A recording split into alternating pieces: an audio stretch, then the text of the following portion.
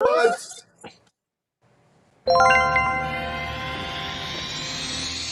Viewer discretion advised. Bad vibrations? Not suitable for work. Son of a bitch. Warning, if you are highly sensitive, overly emotional, or easily triggered, do us all a favor and quietly tune out.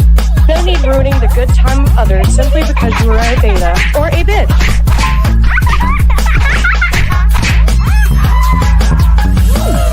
Age of Men podcast with your co-host in crime, Nick and Julius.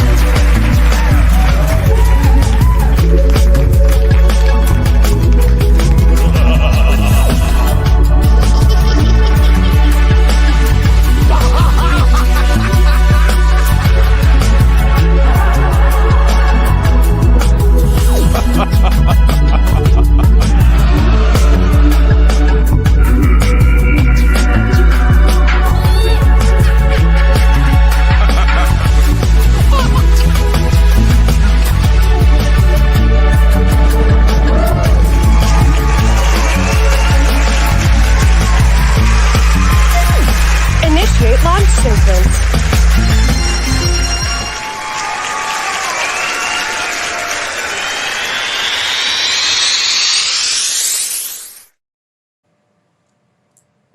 Welcome back. Robotic Nick over here. Bad Robot Nick. vibrations? We gotta call him Robot Nick. Nice. So welcome back. Appreciate you guys for being here. Welcome to another episode of the Age of Men podcast. We appreciate you guys for tuning in every single week. Make sure you guys hit that like button. Make sure you guys are subscribed if you're not subscribed already, and comment below what you guys think about tonight's topic. Or you can chime in the chat, and we will open it up for discussion if you want to come on and maybe just give your thoughts on what we're talking about. I did forget to write some things down, but I had a couple things in mind, and I believe Nick had a question as well, which we will get to.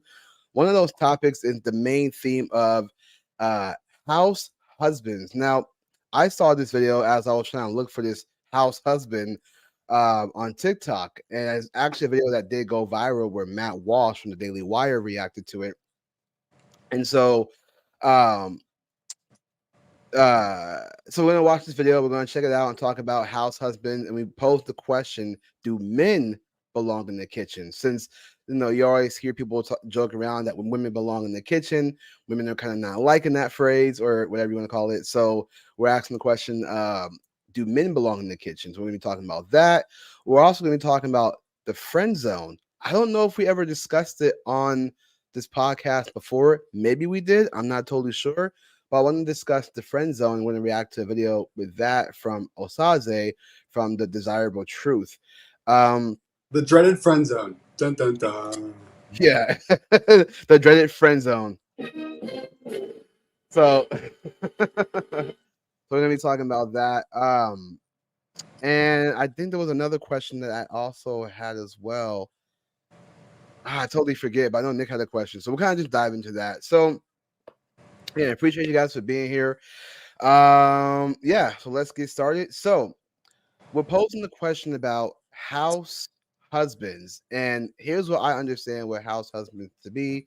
And my thoughts is that the house husband is a man who's willing to stay home while the wife is the one who goes and works. Now, there can be various situations where the husband was working, but then he got laid off, and so the wife had to pick up the slack. There is no situations that do happen until the husband gets to go back to work and things like that. So I'm not going to include the exceptions, if you will, right? But No, we're saying choosing to go into the dynamic of the traditional housewife being played by the man and the breadwinner being played by the woman willingly. Exactly. Are women into this or not? How do men feel? We at the age of men, we like to stir it up. You're not going to get this question anywhere else. I'll tell you that much. Absolutely. And what's interesting too is that I actually found an interesting article we can go over. So we're going to react to a video, and we're going to just give our little our 2 cents on the video. But I also want to kind of dive into this article. We're going to read the whole thing too. I want to really kind of dive into this. There is a story about how the man and woman kind of played the role, but we'll read the details why. It's actually an interesting article. So we'll definitely get that. So, uh, okay. So my my take is this with the house husband. Before you watch the video, my take is this: is that I think that with men and women, we operate in a certain plane.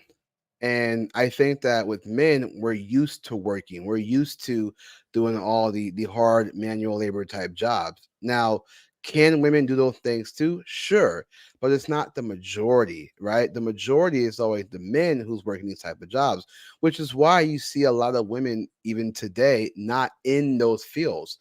So when they talk about gender pay gap and yada yada yada, well, because it comes down to choice. Even Time Magazine said this back in, I believe it was like 2019.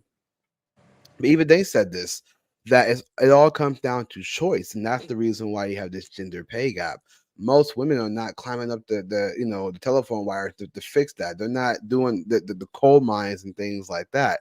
Will you find a woman there, or maybe like a couple women? Sure, but it's not the majority. So when you look at the men working, doing all the hard manual labor jobs, and the woman stays at home, it's because it's this nurture. You know what I mean? Like women have a certain nurture that they have with children that I think it's important to bond with them, especially when they're first born, as you're raising them. If your child's like 1 years old and then mommy goes to work, daddy goes to work, who's raising your kid? You send your kid off to childcare. You have no idea what that childcare believes in, because it seems like nowadays, especially in today's world, a lot of these uh, institutions are becoming a lot more woke. They're more diversity hires, DEI. So you could have a problem where you trust this daycare, but then they hire on somebody who's very SJW and start teaching your kids about gender ideology. So is it really Next fair? thing you know, your little boy's coming home wanting to chop his wiener off and claim he's a girl. Exactly. You know what I mean? So now I know those are extreme, but it can still happen. Hey, you know who's raising your kids if you and your husband are at work? Not you. Exactly, exactly. And matter of fact, I will argue that being a mom is a full-time job. So how are It's you? the most important job to ever exist, I would argue. It's really degraded and looked down upon like a slave status. It is the most important job on earth, rearing Agreed. our children. I agree. I agree. It's so yeah, when you're a mother, it's a full-time job. And if you're not, if you're only being a part-time mother and you're working for your other job, you're not giving your full undivided attention to your child. So when the husband stays home and you switch the roles like that, to me, I'm not saying that the woman will just not love you anymore, but at some point there's gonna be this stress among her, like she's pulling all the weight, he's at home, and then it just becomes this weird dynamic of the husband starts to complain, oh, I do the dishes, I clean the house. It may get weird. So I should I get more think of an allowance. I don't have enough spending money. I know I know the husband starts to become a lot more complaining. Those panties dry up quicker than a freaking desert with stuff That's like that. why That's why I believe that, there's nothing wrong with gender roles. I know people always say, "Oh, I don't mind switching. I don't mind pulling away." I get it's fine, but I just think again we operate in a certain way where it's like it's hardwired in us to be working, to be fixing cars, to be fixing sinks. You know what I mean? We're just hardwired to do manly things. Now, somebody can say, "Well, what's a manly thing?" Again, fixing cars, like fixing things in the house, being the construction. Right? For example, women can be the nurse, she can be the mother, she can be the doctor. Do you know what I'm trying to say? She can They're be better that nurturers caretaker. naturally than us. Like we are Right. not, generally speaking, as natural with it as them, and they're not as natural with going out and breaking your back to support the family living.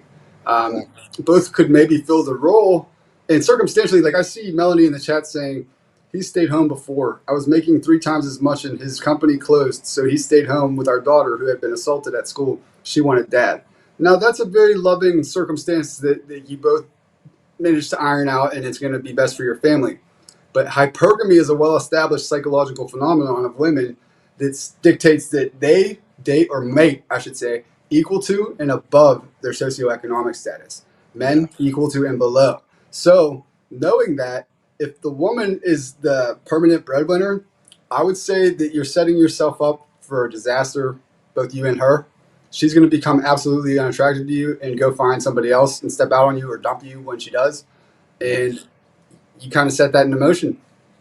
I think also too it's the power dynamic as well, because I think that when you have women who become the breadwinner, I think it does create an authoritarian mindset, meaning like she's taking care. Now, mind you, in a situation where Melanie said is that his company closed, right?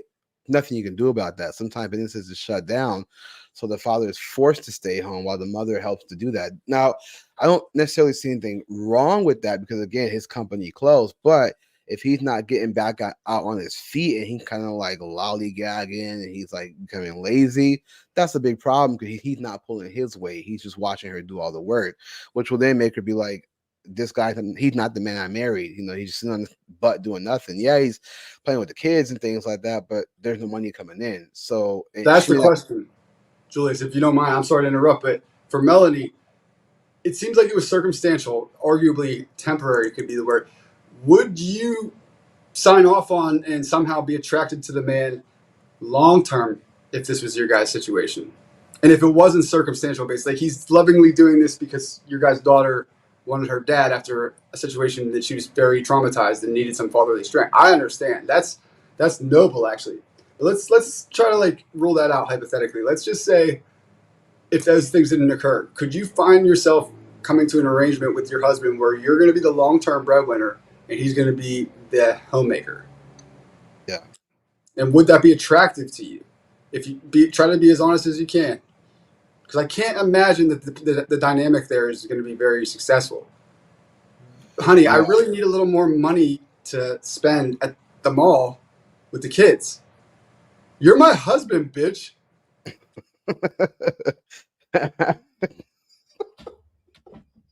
Notice how I drop my voice too when I talk like her because she probably has a set of nuts if she's the business boss leader.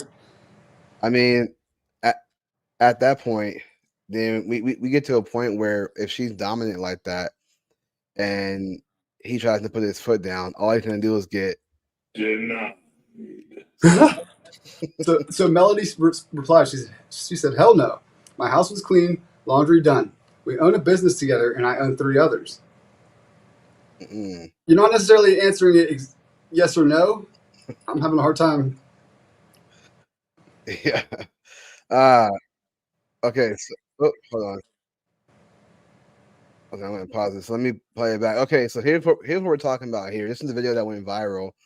Um, yeah. So you're basically posing the question before you get to this video. You're basically posing the question as, are you excluding the fact like his company closed? Are you saying just in general, if she was the breadwinner and he was a stay at home, would she still find that attractive, or would she start to lose interest because she's the one taking all the stress and things like that? He's kind of home, with the baby in the hand, the phone in the arm, and you know what I mean. Like, Yeah.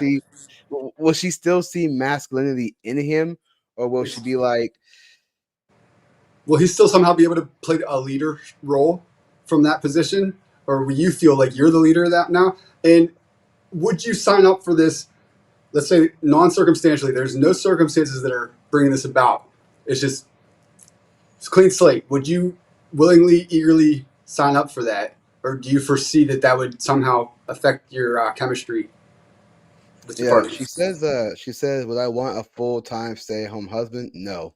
Amazing. Thank you for the direct answer. I didn't think so. Now again, there are She the said, "No, I don't support fuckboys." How that's a fuckboy? wow. I don't know the kids' lingo these days. I'm not sure what that implies. So okay, hold on. Let's. I don't like the curse word, but let's see F if boys. yeah, let's see if there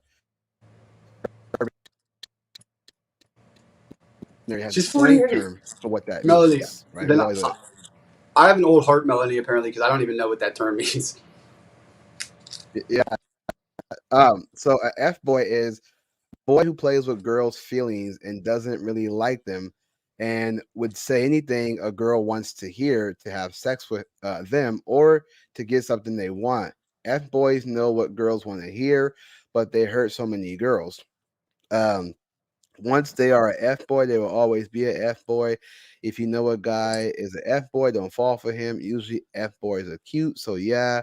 And you usually can tell they are F boys of how they dress and act. He's kind of a player and I guess, a homemaker. They don't say Now I'm homemaker. interested to hear why she would call that a F boy, because it sounds to me like there would be a shortage, to put it nicely, of women lining up to bang a house husband.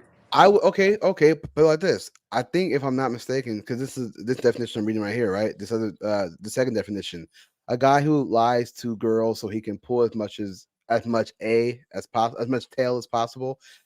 He thinks he is God's gift to earth, and is usually pretty darn beautiful. He will lie to you about planning the future together, and then when you start to get serious, he will ghost you. He To will me, play the house husband role to get some pee potentially. And this sounds to me, Julius, just to bring it full circle for the topic, like a friend zone kind of guy that would just try to be the nice guy with the hopes of getting in. I wouldn't say that. I would say that this is F boy is the opposite.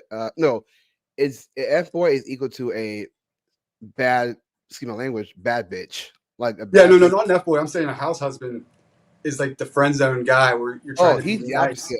Yeah, he's the opposite of an F boy. That's a soy Right. boy. A The beta. house husband is a soy boy. A beta, uh, to put it short. okay, so here's that video here that went viral. I believe this was like last year. It went viral. Um, this was a video that was out in 2022 of last year. I remember seeing this too. So check out this video here about a day in the life of a stay-at-home husband. Can't wait. Sorry, tough guys. It's another day in the life of a stay-at-home husband. My wife is always trying to sneak in extra work on the weekends, so I grabbed her wallet, and headed out on our weekly errands. Some people seem to think I lost my man card, so we went to the farmer's market to buy a new one. But they were all out, so I went to Whole Foods and got some flowers for my wife. Beta. My man cart and got to arranging the flowers. Never give your wife flowers and expect her to arrange them. That's a chore, not a gift. This Especially little what you paid for them. clean the floors. So silly. It's her day off, so I made her a little reading nook and got to cleaning. Sunday reset? More like resetting societal norms. Fall to end the patriarchy. Sorry, tough Wow. guys. It's another day in the life. Bro, I hate that. Makes my stomach hurt. Yeah, I don't. Okay, I'm gonna play advocate here. Some people may see that and find nothing wrong with it because they're saying, "Hey, he's helping to put in the work." You know, it's a teamwork. It's 50-50, right? I don't believe in 50-50. The way I see that is this. I think that there are guys, and mind you, I'm not trying to rail on him per se, but I'm just giving my honest take. When I see that, I see a guy who is not willing to have a backbone and actually lead his woman, because I would argue there's only so long that a woman can take that. Now, mind you, he could be doing it for content, just whatever. But let's say that's their life every single day. I don't think that she would be able to put up with that for so long, especially if she's making content about it. Do you know what I mean? Like after a while, she's gonna be like, "Look, I appreciate you helping me, I really do," but she wants to see her man like fix some stuff. But I'm Like gonna go fuck this dude when I'm horny. She'll put up with it, I would argue, when you're cleaning the house and towing the line as expected, like a maid or whatever. But when's the last time that she like animalistically had a desire to come have sex with you? When's the last time you got any ass without having to beg her for it and get the bare minimum and you could tell that she wasn't into it? Dude, she's banging somebody else. She's not attracted to that man. I would tell you that much. we call that emotional damage. so. So that can I wouldn't be attracted to that if I were a woman. I could try to put myself in their shoes. That would be a turnoff. And then I'd fuck somebody at the office, some higher level employer. Yeah, and then what's crazy too is that even in a situation like that, like he might enjoy doing those things. I would even argue not even so much of her losing the attraction, that at some point he's gonna want to not do that anymore. Do you know what I'm saying? Like when the tides change, it's gonna affect that person because it's not the normal thing that he does. Now, again, I'm not saying men can't do that, but what I'm saying is that at some point he's going to be like, you know what, I do all the housework, I'm kind of tired, I want to get out there and work and actually do something. And when he tries to change the roles, this is why when you do that first and try to change it, that's when she comes in and it's like, oh, why all of a sudden you want to go to work? She flexes her nuts and she lays down the law because she's the boss. Exactly. So once he puts himself in that position, I don't see him getting out of that position without her questioning why. Once he starts to really, really ponder, how on earth have I gotten myself in a situation where my wife's nuts are obviously so much bigger than mine, and she is not having sex with me ever, but she certainly has tons of options at work and everywhere. She's got to be doing it with somebody else. Um, I mean that is the assumption. We don't know. Maybe she might like that, but I think you're right, Nick. I think at some point, this that's a at some cuck in the making, bro. She might get like it. yeah She gets off to it in her head. It's a power ego trip, but she's not turned on animalistically attracted to it unless yeah. he's watching her get fucked by another dude that she is turned on by. It's usually always the guy that's not trying to validate her that she's trying to get validation from. You Yeah, know what what I did mean? you say, Julius? Pro tip: make sure that you arrange the flowers in a way that your wife's going to enjoy, Yeah, especially when she buys them for herself. yeah, That's the part that you need left out. Your wife's not going to enjoy flowers as much as if you fucking provided them with the money you earned when she's literally just buying for herself. It's like, babe, yeah, I got you flowers with my fucking money. yeah. Like, that's always going to come up. Like, I do so many good things for you that I pay for. Might as well bought them for myself. Yeah, it's uh Melanie says he stayed home because it was necessary, but after our daughter was ready, he went back to work outside the home. Yeah, and that's what I'm talking about. See, when it comes to an emergency, there's nothing wrong with the father staying home, right? When it comes to an emergency, nothing wrong with staying home. But if he just once he's ready to go back to work, then you bring back that the natural role of the man working outside, the mom working inside. And this is not to say that and mind you, I can't speak on marriages, but this is not to say that a woman is just like ball and chain inside the home the entire time, rocking her baby as her baby ages. No one's saying that. It's just saying that there's a there's a balance sometimes. I was talking about last night. Sometimes there is a balance where the mother's at home, she's nurturing, and when the father see, this is how I've always seen marriages, right? When it comes to that kind of stuff, I could be wrong on this. I've always seen it as the mother's at home, taking care of the house, father's working. When he comes home, he gives her a break. He's like, "Hey, give the kids to me, go relax, wherever the case may be, right?" And he's playing with the kids, talking to them, reading them, teaching them Constitution, whatever, right? Just being base, fully base, right? Well, real quick to interject a question, I got to ask you. You don't see any possible validity in, like, listen, kids, when your dad gets home from work, he's going to be stressed. He needs some time to decompress. Don't bother him. Mm, I would only have an issue with that because it almost makes it like you can never talk to your father. Do you know what I mean? I wouldn't want the mother to do something like that, to put that kind of No, I psychology. hear you. But I'm saying, You know, rather than like dump the kids off on him once he gets home, why no, don't you no, let no, your no. father That's not what, unwind and not put any no. obligations on him? That's not what I was saying. I was saying when he comes home and he is choosing to be like, of course he's gonna relax first. He's gonna get off Okay. work, relax, stretch, whatever the case maybe he has to do. Take a piss. I Take a don't know. shit. Yeah, yeah, yeah. Yeah, whatever the case. I'm saying like once he comes in and settles down, the kid's like, "Daddy," and then the kids come to them, and then the I'll help mom with the comes back. homework, honey. You Yeah, take the night off. or yeah, or the mom can sit with him and they can all be together kind of thing. And then the kids is with him, he's holding them, talking to them, things like that.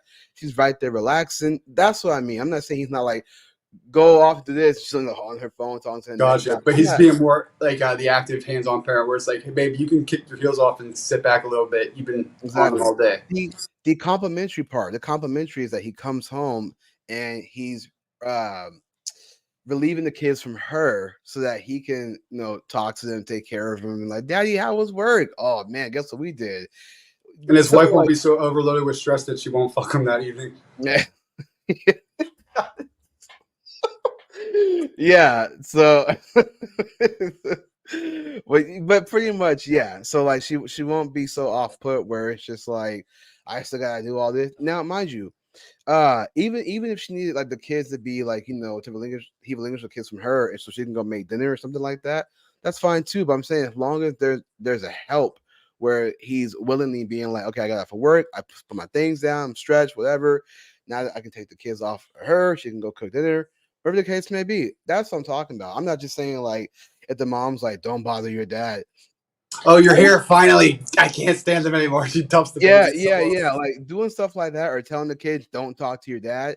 I wouldn't want that because then there might be some resentment. Like, how come daddy doesn't want to talk to us when he gets off of work? And you don't want to put that in the kid's mind. You don't want to put any kind of doubt in your kid's mind. You just want to have them see everything. And I mean, have them see and make their own decisions. Like, dad comes home, he's happy. Like, matter of fact, I'm gonna give you a good example. So this is maybe not on par, but just hear me out. So there's this video. I meant to share it on Instagram too. It was such a good video. And his dad comes home and he sees the kids are trying to prank him with all these cups. He can walk into it, right? He walks in very casually. He sees the cups and he's like, the kids did this, huh? And he's like, go get the kids. So he steps back out and then comes back in like he tripped over the cups and the kids are just happy, like, dad fell for it, even though he knew You're dead, kid. That's my kid. but you know what I mean though? Like he played it off as if he fell for the trick. So that's what I mean. Yeah. It's like stuff like that. Then rather than like the dad comes in and he doesn't fall for the trick and she's like, the kids are trying to make a joke, John. Like, do you know what I'm trying to say? It wasn't. Dude, that's to my. I want to get to the chat because they're really interacting with us here. But to that point, dude, just in my experience, and mom, I love you to death, but my dad was, after putting in slave hours and like really taking on a lot silently so that we didn't have to know all the burdens he was taking on for our family. He was then, my mom would be like, well, wait till your father gets home or whatever. And in her defense, I was becoming an unruly teen that was bigger than her. It's like, who the fuck's going to make me do it? Not you. Yeah. So like, she had no choice, but my dad, in my eyes, you could like literally feel the vibe change when he would pull up. And it wasn't good. And I don't think that was fair for him to be perceived that way. Yeah. So okay, it's like I said, because Ruel says some women they'll take advantage of that relief though. Yeah, and this is what I was saying earlier. Like, if she's purposely, if she has like ill intent when you relieve the kids from her, and she has ill intent where she goes on her phone, like she's away from you guys in a sense. I'm talking about like, okay, like for example, let's say I come home and it's been a long day at work. I come home, put my things down, she's making dinner, we eat together, as a family. And then let's say, after dinner, we put the plates away and we sit down and then the kids are with me.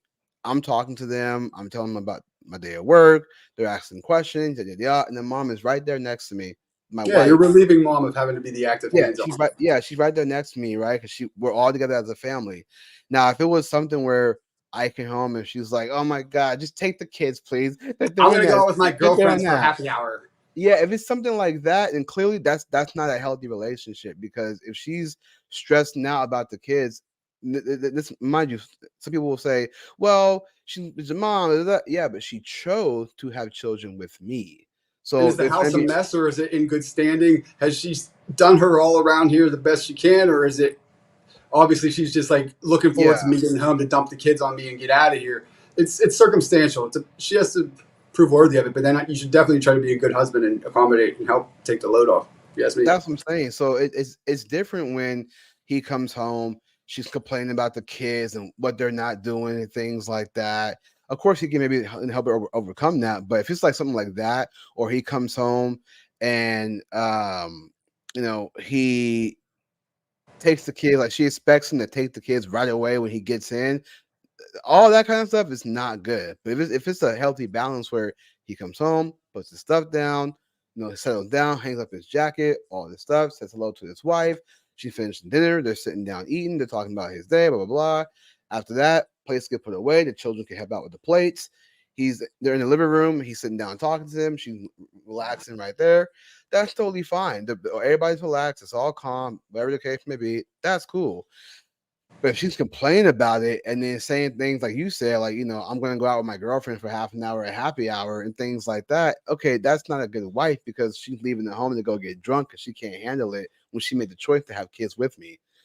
Rather than like relieving her of some stress that you guys are all still working towards the same family, it sounds to me like she's looking forward to punching out the clock of the family in that situation. Ruel, yeah, I'm glad you pinned that. Yeah, okay. He said, well, let's just say every day you're relieving mom, and then one day she doesn't cook. Eventually, every day you are relieving and cooking. No. See, he's talking about the ones that take advantage, by the way, I think. No. I get that. But I'm saying to what he said, I'm gonna read Grace's comment as well. He's saying this. He's saying, let's just say every day you're relieving mom. I'm bringing it back up so folks can see it. Let's just say every day you're relieving mom. Then one day she doesn't cook. Eventually, every day you are relieving and cooking, right? So I'm gonna push back on that and say, if you're the man that ends up tolerating that and don't put your foot down, then yeah, it's going to be a problem. Not just the fact that she's doing it to you, but the fact that you're not willing to stand up. Because if You're the allowing kid, it. You're accepting it. That's more exactly, on like you. That's just like when women are hoes or whatever, or try to be gold diggers, and people always give women a hard time. Like, yeah, but ultimately the accountability comes on the man that allows that. exactly. So this is where I hold men accountable. If you're They'll never allowing hear that this to side, happen, Julius. Though they'll never hear us mention these parts. I know we hold men accountable. They're like, wait, what's These going on here? chauvinistic freaking assholes. So that's what I mean. If it comes to a point where you realize, okay, week one, she's is relieving and then you're cooking. Week two, you relieve and then you're cooking, and so on and so on. After like a couple weeks, or even if a month goes by, you're not gonna be like, okay, I'm gonna keep on doing it because happy wife, happy life. No, at some point you gotta put your foot down and say, hey, hold on a second. What is going on? Because you're not cooking, you always seem to be relaxed, you're on your phone doing this and that, you're not with the kids. You gotta say something. That's the point of being a husband. You have to say something, put your foot down, lead the family, guide the family. Don't just allow her to walk all over you, because what does that say about you? And the kids see that, and the kids think it's acceptable Then for they're gonna mom to start walk testing all you over too. dad. They're gonna see what they can get away with dad too. Then after that, Exactly, because they're looking at mommy's example and then well, he using that lets her walk all father. over him, and why don't I try too? She has no respect for him. Obviously, I shouldn't either. Exactly. They're, Uh, they're, they're going to try you. And I don't even fault women for this. They're going to try you to test your manhood. And if you have standards that you're going to clearly establish and hold yourself and her to, that's yeah, what's going to ultimately be attractive in my experience. Now, in the immediate term, it's going to seem shitty for you. It's going to be tempting to fucking cave to try to acquiesce to your woman. But in the long run, again, the Sahara Desert is her downstairs when you do that, and she's gonna be looking for the branch to swing to that ain't you. yeah. Grace says, I never tell our kids to leave their dad alone. But also, if I know he had a rough day, I tell them they better respect their father and not fight, be on their best behavior. Base. That I'm okay with that, because it's an understanding, not a not manipulation. Like, don't talk to him, because it's like, well, why? But if you're saying like, hey, your dad had a rough day, just don't get on his bad side, just be on your best behavior. Okay, mommy. Hey, Uh, I love your father, and he might be stressed when he comes home from the office. So if you're on his bad side, you're on my bad side. That's exactly, what I would like my wife to say. exactly. Melanie says, I see the point, Ruel, but that child's not a partner to raise children with.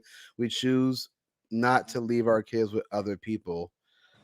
Yeah, I mean, I'm trying to break down what she's saying there, but if I'm not mistaken, I think she's saying that Uh, so that child's not a partner. That child's not a partner to raise children with. She's saying that that would be a child, not a husband or partner or whatever. I think she's calling the partner Oh, child. Grace says both mom and dads need to break sometimes. That's healthy. If it's happening every other day, that's not healthy. Exactly. If it's like a recurring thing where you start to see a pattern, and the husband's like, "Hey, I kind of noticed that I'm doing all. I'm not only working. I'm coming home and there's a lot more, and you've been a lot more relaxed. And then you get upset with me when I bring it up. Like, that becomes a problem. And it's like, all right, something's got to give at that point. And she's not cooking anymore, dude. That very quickly can become she's not banging you anymore. She's not Yeah, making love. Like it's slippery slope if you allow certain things. yeah. Melanie said, I don't want him cooking in my kitchen. My husband is the youngest of 10. I'm an only child from a traumatic background. I'm sorry to hear that. But Stay in the hey, kitchen where you belong. Then I'm totally kidding. I'm base. totally kidding. He said, Kaboom. so yeah, but this is the reason why I think then the whole house husband thing. I think anytime you switch the gender roles, it does become a problem. Now, here's the article I was going to bring up that I want to dive into. Give me one sec to pull this up. While you're pulling it up, let me say that men and women are not the same thing. Shocking, I know, to say nowadays, but Hot take. right. I actually would find if I could provide the atmosphere and the finances and whatnot to allow for my wife to stay at home full time and be a homemaker and like the full time caregiver of my kids, that couldn't be more attractive to me if a woman is capable, willing, and eager to sign up for that role. For me as a man, so couldn't be more attractive. Now, if I'm trying to put myself in a woman's shoes and watch my husband do that, I just feel like it's the exact opposite. Wouldn't be less attractive ultimately. He has no ambition to get out there and slay the world, slay dragons for us every day. He just wants to stay at home and keep the house clean. That's not my man. That's not my. Yeah, that's what I'm saying. I think that's why I said at some point she's going to start to resent that because she wants. I don't know what it is, but there's something attractive to women when they see their husband out there, like as you said, slaying the dragon. It's conquering the world for the behalf of the family. Instead, Yeah. if we have somebody coming here to break in to threaten our family, what's he going to do? Be like, ah! And I'm going to have to protect us as the woman? Yeah. That's like the subconscious vibes I imagine they get. This is the article I was talking about here. It should pull up. Hold up. Oops. Okay, so oops, let me do this off to the side like this so everybody can see it. So here's the article that might be a little bit into this. Maybe better. I'm gonna go like this, people maybe can see a lot better, but here's the article here that we're talking about. So this comes from medium.com and it says house husbands are the future. Men and women will be happier for it. You see Feminists wrote that. Guaranteed I would put money on it. Well, yeah, it's written by Addie Page, but Yeah, it even sounds like a feminist name. You see the subtext: men and women will be happier for it. Not they are, they will be. It's almost like or they should be, or they could be. Only a woman would make such a certain claim that can't be grounded. But it almost sounds like you would own nothing and be happy. You will. Own and who are you to tell me that's so guaranteed? It sounds like you're selling me a lot of bullshit. Yeah. So here's the article here. So it says, I'm gonna pull it up like this because I want people to kind of see both of us. I'm just kind of going back and forth. So okay, so the article said, and mind you, we're gonna dive in deep on this. We're gonna read the whole entire thing. It says, my husband used to wake up in the morning like a cat being shoved off a table, a sudden explosion of limbs and irritation. He was anxious about work, sitting in a cubicle sapped him dry, and he worried constantly about whether he was making enough money, but also whether he was worth the money he did make. After the birth of our first child, a traumatic labor, we decided that we would take FMLA, which is Family Medical Leave Act, for the 6 weeks of our daughter's life to help me recover. We both look forward to this time together as a new family, but neither of us predicted how blissful it will be. Not because we were in love with our new daughter, she was cute, but hardly a full person yet, but because we were in love with having him home. It was because we got to play fucking fantasy. Nobody has to work for 6 weeks, and you're discounting the fact that yes, your new baby is going to have a factor into your happiness. Dude, I hate this lady's writing style. It was the first time I had ever seen him fully relax. The baby delighted him. He delighted me. He took incredible care of both of us. Now, as I'm reading this, just pay attention to the words being used. The work of fatherhood made him happy, proud, and fulfilled. That's debatable. Then he left to go back to work while I finished my maternity leave. I went, now check this out here. She says, then he left to go back to work while I finished my maternity leave. I went slowly insane, stuck in the house all day. There it is. And he went back to fits of anxiety. Pay attention to this, okay? When it was time for me to go back to work, I knew who the best person to care for our daughter was. Mind you, notice how she said when he went back to work, she slowly went insane, stuck in the house all day, and he went back. She mentioned that first before saying his effects of this return. She's been framing this from the very jump, and maybe even putting these thoughts in the guy's head that somehow she's resentful. She wants to wear the pants. Yeah, and so I'm gonna go back to this sentence right here, right? When she says, "It was the first time I've ever seen him fully relaxed." No The shit, he baby, doesn't have to work for 6 weeks. exactly, right? So when she said, he took incredible care of both of us. The work of fatherhood made him happy, proud, and fulfilled, right? But Notice notice how how she says that too, Julius. I meant to bring this up when you said it. The work of fatherhood. As if going to slave at the office and taking all that stress on isn't fatherhood. yeah, right? So this is the reason why, and then also too, this sentence prior to that, um when she says, we look forward to this time together as a new family because we were in love with having him home. So Boom. then once he left, hold on, I gotta sign into this We quick. were in love with having him home. No, you're not talking in plurals at this point. Stop disguising literally you only, and your brand new baby that you can't say was thinking what. You liked having him home. And then, Julius, I can't wait to see where this goes. She's Yeah, I gonna got have a career that is so well off that she's in the top percentage of people that could afford to fund a family by herself. And just watch how fucking ridiculous this gets. I bet. yeah. Here we go back right here. So I decided to go back to my minimum 6-figure a year salary as a medical doctor and let him be at home as the caregiver. I still fuck my Yeah. other coworkers all the time when I'm turned on because he doesn't do it for me anymore. But hey, he's taking care of my baby like a nanny, and he's That's a little always bitch, funny, and I bro. give him this little chore allowance for the week. And if he doesn't give me too much lip every once in a while, I'll let him feel my tit. This guy. Your assumption of like she And just I'll try happens not to to be keep so me up. resentful when he does it and act like I don't hate it. So that's so funny. Like your first thought she's effing somebody else. Watch It's just where this funny. goes. Okay, so the part where she said he went back. Okay, so she says, when it was time for me to go back to work, I knew who the best person to care for our daughter was. My little bitch But husband. right, but he wasn't so sure. My husband is a masculine guy. He's over 6 feet tall, owns 3 different power saws, and stops his entire life for March Madness. He comes from a coal mining West Virginia family.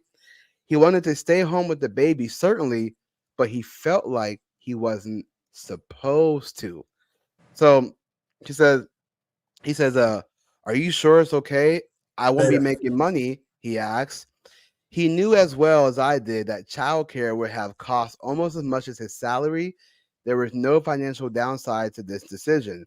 Is it lazy of me? He wanted to know. And as they say, if you have to ask, anyone who has ever cared for small children knows that it is the opposite of lazy, but we know what he means by lazy. What he was really asking was, will I still be a man? I mean, essentially, yeah, because again, it's so abnormal when the gender roles are switched. Well, Now, if you look, look at unless she's making less than him as a man, the point is we're going to take a hit financially as a family unless you're making more than me to the point that it really doesn't matter. My income is just disposable. And this is just a very different scenario than most people statistically. yeah, hold on, okay, I'm gonna move on. Hold on, real quick. I forgot to do this. I'm like doing this like so late to the show. She's saying, But now he's a manly man, or I at least try to help him pretend that he is. We both know that he isn't, but I'm just psychologically, subconsciously walking him right to where I want him so that I can go out and be the man, wear the pants, and do what I want. yeah, so she says, what he really was asking was, will I be the man? Will I still be a man? For me, the answer is resounding yes. And I believe if more men knew that, we would all be better off. But do Then you it still said, fuck him? Are you still sexually turned on and attracted to him? now again, that's up in the air. I think it may be, but who knows how long that will last? Dude, no. That's the question. He'll That's say the question. yes, but if you asked him how often are you getting laid without having to pull it out of her and beg, like make you feel like she's. When's the last time she jumped your bones and you could tell that she was turned on and into you, bro? Candidly, I don't know, But man. but that's subjective though. I know, but Because I'm just saying, like, if you asked him candidly and you would never get a straight answer from either of them, but he's gonna tell you definitely not since I've been a house husband. Possibly, yeah. I would agree to Maybe the that. first couple weeks when we were both like playing hooky and getting paid free money to be at home, yeah, we were having fun like young kids. But long term, whenever this article was written, I bet if you could fast forward, where are they now, kind of thing. Yeah. Well, He's miserable. He's wanting to put a revolver in his mouth. this article was written back in 2020, so I don't know how it's like 3 years later Dude, I bet on. if we looked into it, they're probably not still together. Cross our fingers and hope that they at least making it work. So the article goes on and says many men have fraught relationship with work. Men like their jobs less than women. What? So there's a document. I disagree with that statement. Men like their job less than women. I don't know. Well, how do you qualify that? How do you quantify that? That just is bullshit. Right. Well, so it says there's a documented satisfaction gap between working men and working women. Women tend to be happier at work than men. This was certainly true for my husband and me. I have to disagree with that because oftentimes I'm always hearing women say that they don't want to be at work, that they'd rather be a stay-at-home mom. Some women like the career boss thing because feminism and the idea of being strong and independent. Some women like that, but I would argue there are a lot of women that rather be a stay-at-home mom. I think this idea of, women tend to be happier at work than men. I just disagree with that. I don't think women are Well, happy. Julius, I can see how they can come up with that. So, one, women are often not made to be the sole provider. In fact, they can have, quote, disposable income when you have a man that's pulling in big money that can support the family.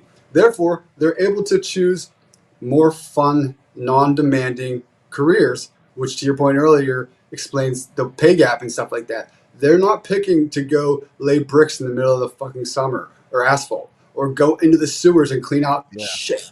Like, men don't sign up to work in an enjoyable situation. Men sign up to fucking provide for my family, whatever hell I got to go through 9 to 5 to do it.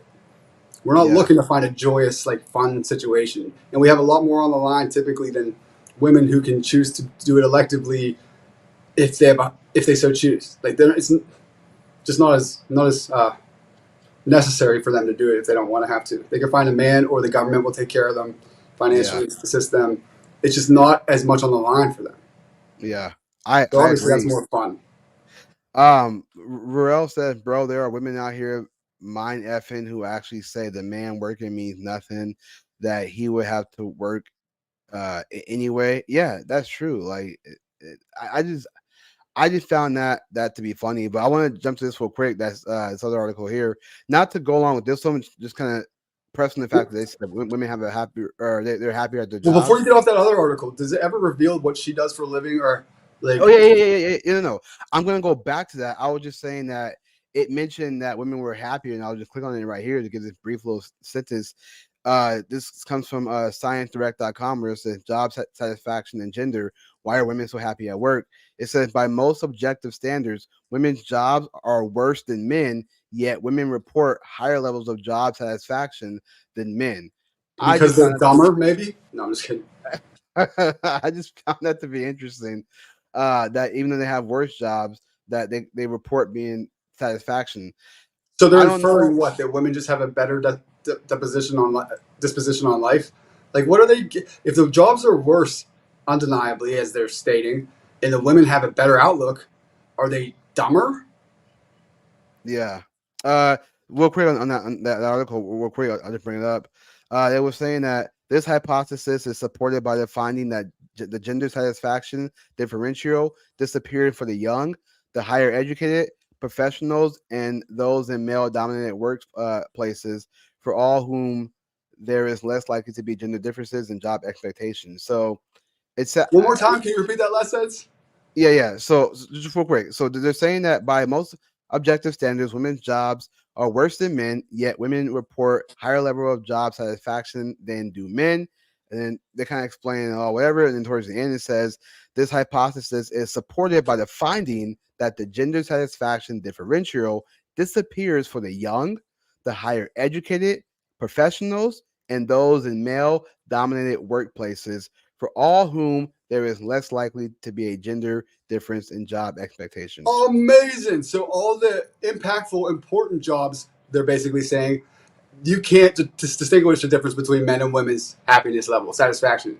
The only times that you can is, to my point, women who have fluff jobs, I'll call them, that are just frilly and not demanding and necessary for their socioeconomic survival. Of course, that's more fun. Ridiculous. I want to read the comments. Grace says, if I went to work and told my husband he had to stay home, I might as well chop his balls off like a dog getting neutered and put them in a jar so you can stare at them while cleaning.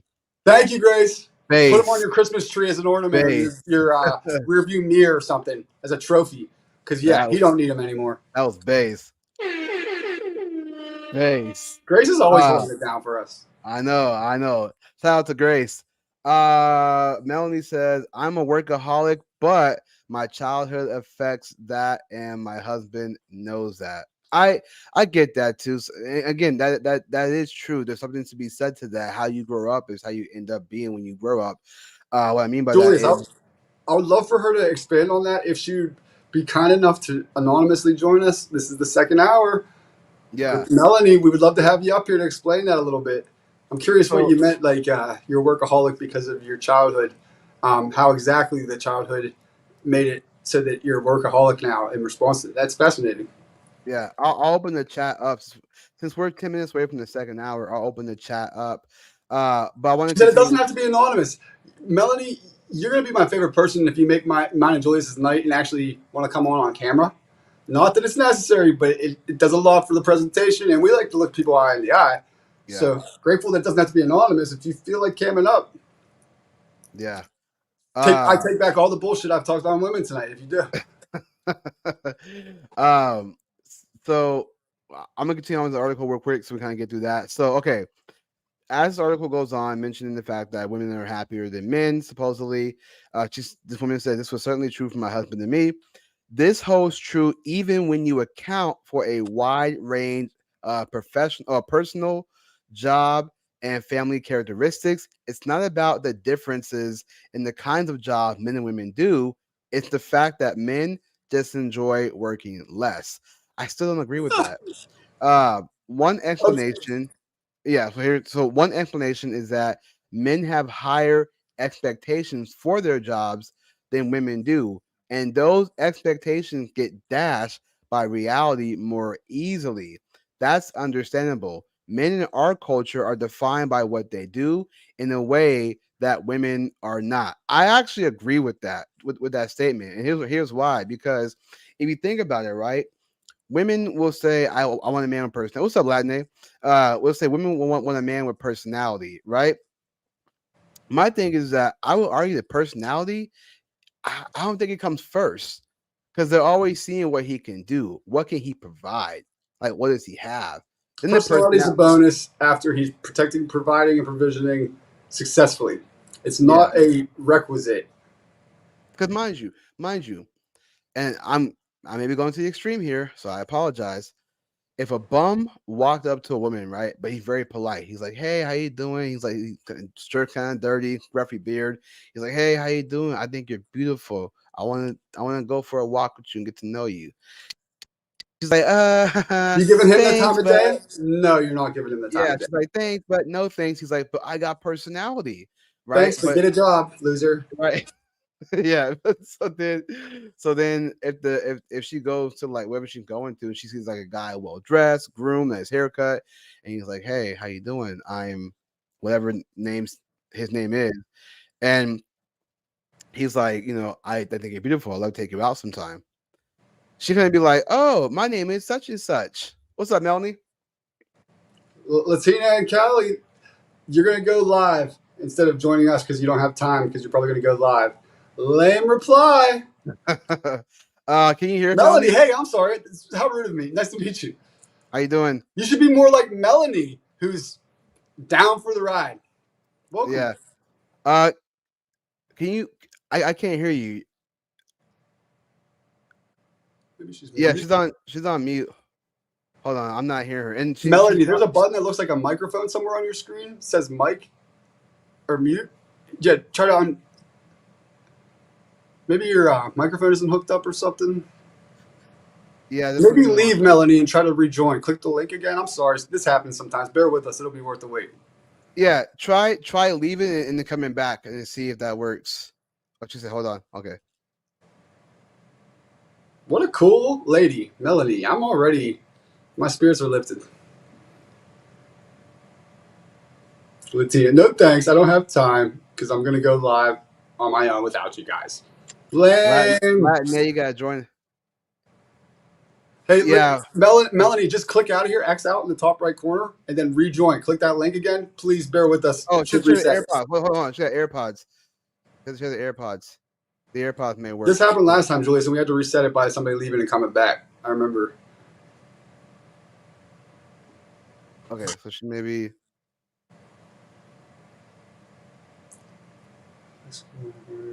I have to raise 500 for my No. dog. Big Yeah, class. still can't hear you. Just leave and come back. This happened to us last time, and it fixed the issue. I promise. We can't hear you, hon. Yeah. I'm trying to think what would be the issue. Oh, we got You gotta Megan. reset sometime. It's just like a computer. Who knows what's going on in that box, but you just gotta reset. Megan's here. We got Megan in the house, so we're gonna get her and Melanie on. Megan. Yeah, that's what's up. Oh, the Age of Men co-host, the unofficial co-host. Yeah. I Hopefully was Megan wondering and Melanie. if Angela would somehow be out there listening and on here. If we couldn't pull her in too, I'd like to get her take on this topic. House husbands. I know. Megan. I'm back. Hey, what up? What up? Hey, I just got here and I just did a lot of assignments and yeah. So what's been up? Yeah. Well, could you so- see a house husband being attractive to you in the long term? Yeah. No. So No. Great succinct answer, Megan. Well done, lady. yeah, so real quick. So tonight's topic we're talking about house husbands. We're talking about friend zone. Oh, now I know what the third one was. Red flags. It was red flags in men and women. We got Latin. What's up, Latin A? Nice. I talked enough shit to get her to join us for a minute. Nice. Thanks. Well, thanks for inviting me. I mean, somebody in the chat invited me. I didn't know who they were, so I didn't know. I'm common sense culture. I'm the jerk. Well, I don't know Yeah. who that was. I thought it was just some random person. It's just me. Yeah. Okay.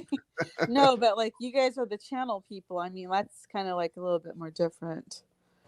But yeah, I don't have a mission. I'm on a mission, you guys. Like I said, I put the message in the chat before I got up here. Yeah, you have to raise money for your daughter. That's worthy. Maybe we can help you do that. What's your Cash App, or how could people maybe send you a donation over here? Well, I wish I mean, look, her picture is available. Her first and last name and the school she goes to is like.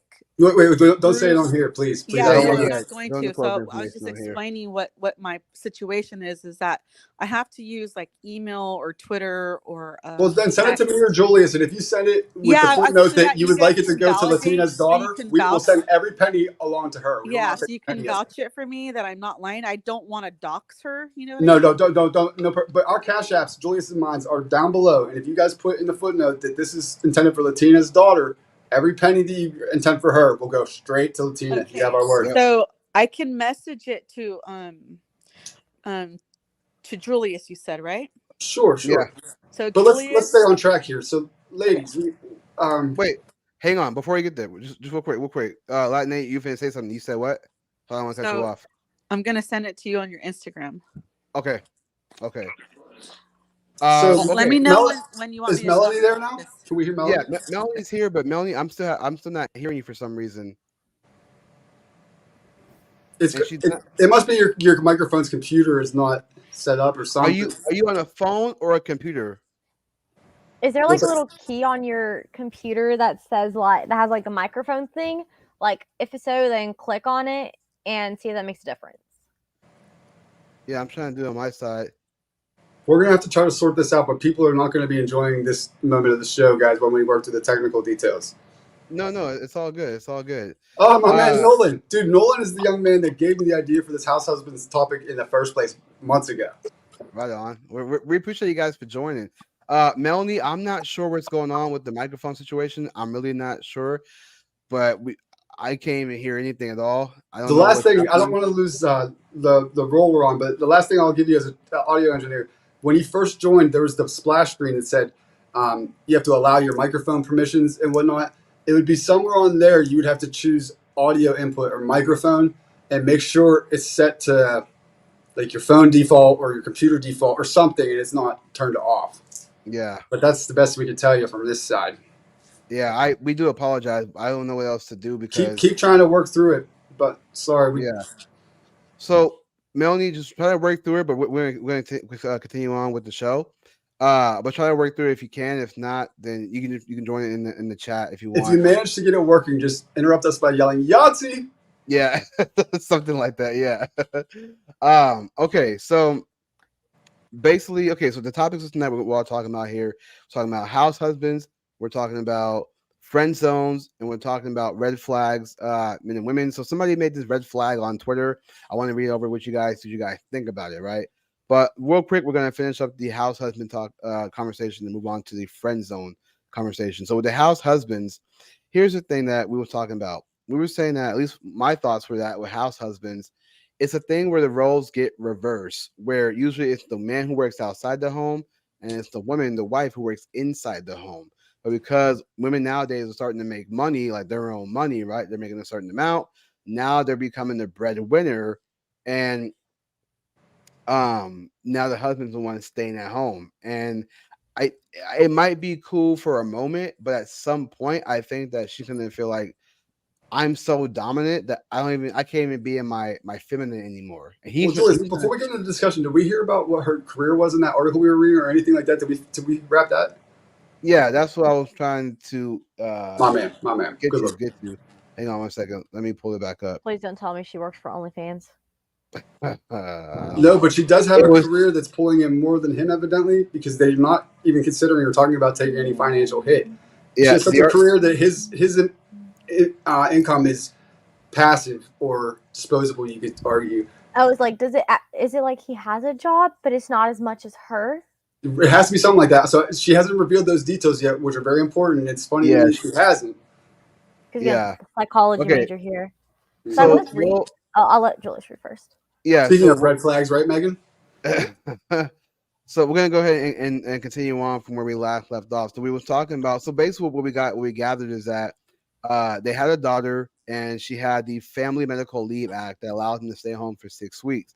Her husband, they both had it. And so once he went back to work, she described it as him going back to his anxiety job while she's, slowly going insane with being at home, etc. And so she mentions how when she went back to work, she knew the perfect person to watch the daughter, which was the husband. He wasn't sure if that was what he was supposed to do, because to him it's like, am I a real man? It's like, am I a real boy? He had doubts. He had a lot of doubts that you can fill in the blanks on what they might be. Yeah, and so he's starting to question whether or not he's a real man for being a stay-at-home dad. You know what I mean? And so now we move on to the fact that they're talking about many men have fraught relationships with work, stating that men tend to be less happier than women at their jobs, based on the fact that it's not the different kinds of job that men and women do. It's the fact that men and women enjoy working less. It's the fact that men just enjoy working less. One explanation is that men have higher expectations for their jobs than women do, and those expectations get dashed by reality more easily, but that's understandable. Men in our culture are defined by what they do in a way that many women are not. If your job is your identity, then you wouldn't expect to live up to it to a high standard. Women, on the other hand, are socially permitted and even expected to put their work second to their family. I would argue in these days, women are putting work before family. And that's the first fair point she brings up that I agree with. Yeah, which allows them to have a lower expectations and needs when it comes to workplace fulfillment. And then it says, and that's assuming men can find work at all. With the rise of automation, many traditionally male jobs have evaporated, especially those that don't require a college education. As this trend accelerates, men will continue to be hit far worse than women. The kinds of work that are exploding include many female-dominated professions such as nursing, childcare, elderly care, and men feel boxed out of those markets. Well, it's because men, in my opinion, men are no longer working with things. They're starting to become nurses, which is crazy. So men are starting to do service jobs like women do. They're not doing like the male dominated jobs that they used to do back in the day. That I would argue they used to love doing back in the day, even though it was a hard job. Coal mining was hard, but it was still a job to do. Nowadays, you don't really see men wanting to line up to do coal mining. So where was I at with that? Okay, our society may tolerate male nurses. See what I said? And stay-at-home dads, but we generally don't. We don't generally encourage them. The result: a whole lot of men push in the artificial can't say that word. Absolence. Good Lord, I cannot. Okay, can you spell it for me? Where can you point? Yeah, point the word, and I'll I look it got up you. for you. I got you. Look, we got a speaking thing. I'm gonna say it. Should say it. Obsolescence. Yeah, normally Yes. I speak. Obsolescence. Yes. Normally I have Got the it. Apple speak, but it's not speaking for some reason. That's weird. But Obsolescence. what does it mean exactly? Because that's like a word that we never really use. Yeah, hold up. I Do, I do you I want me think to it look it means up for you? I think it means like obsolete. I think it's a The different word for obsolescence. obsolete because they're Okay. talking about the Can you take fact a that pause? hold Julius. on. Okay. Yeah, hold on. Who else is here? Popped in. Oh, Melanie. Oh, Nick popped back. Oh, snap. Nick left. Oh, they're paying Obsolescence, meaning attention. obsolete. Yes, you guys are right. Yeah. See, I was right. See, I ain't that black and slow. He black. Oh wait, actually, I changed my mind. Do men belong in the kitchen? If it's Gordon Ramsay, then yes. And would you be attracted to that long term in a mate? If it's Gordon Ramsay, then yes. Really?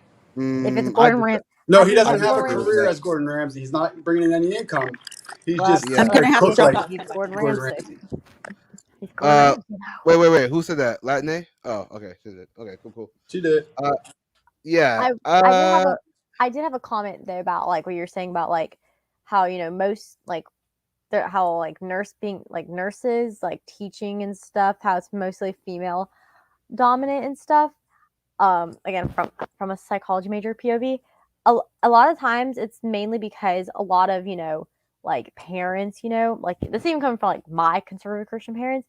It's because like in those kind of situations, like where you're working with like children and stuff, parents mostly trust their kids more with an adult female than they do with an adult male. Yeah, they're better caretakers for sure.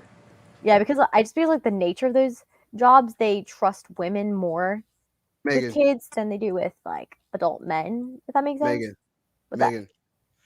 It's women's biology to do so. I'm gonna tell you why. There's a book I'm reading right now called Occult Feminism, the secret history of women's liberation. And in that book, it from what I read the synopsis and what Rachel Wilson, who wrote the book, described is that even back in the day, like even before women can vote, they still had education. So when women tell you things like, "Oh, they didn't have education," they did. They had education even before they had the right to vote. They were still doing jobs back then that they're still doing jobs today. It's that Look, back then. in the most egalitarian societies, the most striving to be equal, offering women every equal opportunity to pursue whichever careers they choose, like Sweden and Norway and places like that in the world right now, the most progressive as far as this goes, it actually has gone against what psychologists predicted was going to be the case, that these things would equal out. Men and women would kind of more or less start to do this. No, there's more of a gap and a distinction that women choose to work as like caretakers or other people, quote unquote, careers, whereas men are more interested in pursuing thing oriented careers. And that's like science, technology, engineering, and math. Whereas women pursue like being a teacher or a nurse or a caregiver or a something of those ends when they have the free will and choice to do so. It's not like this is just like being pushed on them. That's what they choose when they have the ability to do so. Yeah. But And as far as like if yeah. But I don't believe hardly anything the psychologists nowadays say at all. And I think that being Hey, a chef, somebody's got some bad echo, maybe Bluetooth. I got you. I'll put it Sorry, on go mute. on, ladies. My bad. and being a chef, I don't think there's anything wrong with a man being in a kitchen, because men can do some like, they you used to have to be strong to like lift these big giant ribs of meat, like the kind Rocky was punching in the freezer. Remember those big giant things of meat? And to work with fire, to barbecue it outside on a grill, that's hard work. A No, woman I doesn't agree. want to Men do can be all great that, chefs, but the question is, do you think in a mate, if that was his sole duty that you guys agreed upon, him being the homemaker, if you will, Oh, the no homemaker. career, Okay. you're the breadwinner, would that be attractive to you in the long term? Would you agree? No. Yeah. So No. that's No? what we mean by when we say do men Well, that belong was in a the quick kitchen. definitive no, Julius. I'm curious to hear why. I mean, it's not like I wouldn't consider it though. But you quickly said no, very definitively. Do you know why that would not be attractive to you in the long term? Well, it just depends on the situation, I guess. I shouldn't have said no.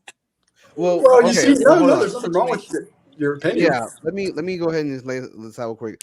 So when we're saying that do men belong in the kitchen, what we're saying is this: we're saying that we're not saying do men belong in the kitchen like can men cook too. That's not what we're asking. We're Oh, okay. saying yeah, See, I came we're in late.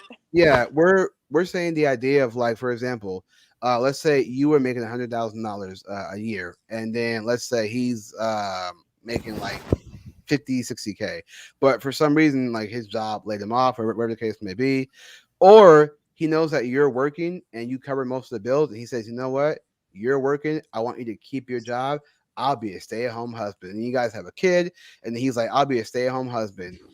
Because the roles are changing, where now you're walking out in the pantsuit, if you will, like kind of suit, whatever, suit and tie. You're going out, you're out in the world doing that. He's at home with the baby in the hand, the phone in his hand, and he's like, oh, hey, mom, just taking care of our daughter today. Like, he's doing that. At some point, I think that a woman will, like, it might be good at first, because, oh, hey, look, he's being a good father, how cute, take pictures.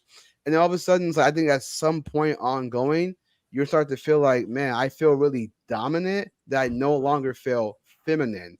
And he may start to feel feminine where he can no longer dominate. Especially like the one too many times he's come to you asking for his allowance for the week to be upped. No, see, we never did that. He never had an allowance. He has a bank card. He can do what he wants to. I don't care. But what, I Anything need under more money, $1,000, I Mama. don't I need question. more money. I need more money from you, Mama. You have to understand, I'm married to a former addict. So I do watch. He's been clean 18 years, but I do watch. But anything under $1,000, I don't question. No, but is he Anything earning some of over that too, or is it all from $1,000? you? Huh? Does he earn some of that as well, or is it just strictly Yes, your he earned works income? for the company. Well, that's different. I'm saying like if you solely And earned he it, then works. he needs to get his money off of you. Oh, no. No. But even when he stayed home, it wasn't like that. He always had pure access to everything. Would that I've couldn't be never. attractive to you, could it? And then Megan, you can go. And I was just waiting for It y'all. doesn't Like, bother I'm just me. waiting my turn. Because at that situation, we were talking about a daughter who had been sexually assaulted at school. No, that circumstance I understand, but just generally, let's try to like not. Generally, no. If he was going to stay home and expect me, no. Generally, with no kids and no nothing at home because our kids are grown, that shit wouldn't happen. So Megan, go ahead, and I'm gonna chime in too. So, because you were mentioning like the woman won't feel like as feminine, the guy won't feel as masculine. Like, I mean, if obviously, like, I mean, a couple can do whatever they want. They're a couple. That's the decision they make. I feel like one of the issues that does come in is like, knowing like going back in history, like knowing like what like the traditional like roles like are, but also like what comes with it. Like, part of like being like the man and being like the breadwinner is like, I mean, it's not just like making so much money. It's also like taking care of the family, like making sure everybody in your family is like taken care of, not just financially, but like, physically. Protecting, providing, and provisioning. Yeah, I always say that. And knowing like what else comes with it. And then what comes with, traditionally what a woman's role would be like, especially more so according to like the Bible, because I mean, that's where these roles come from.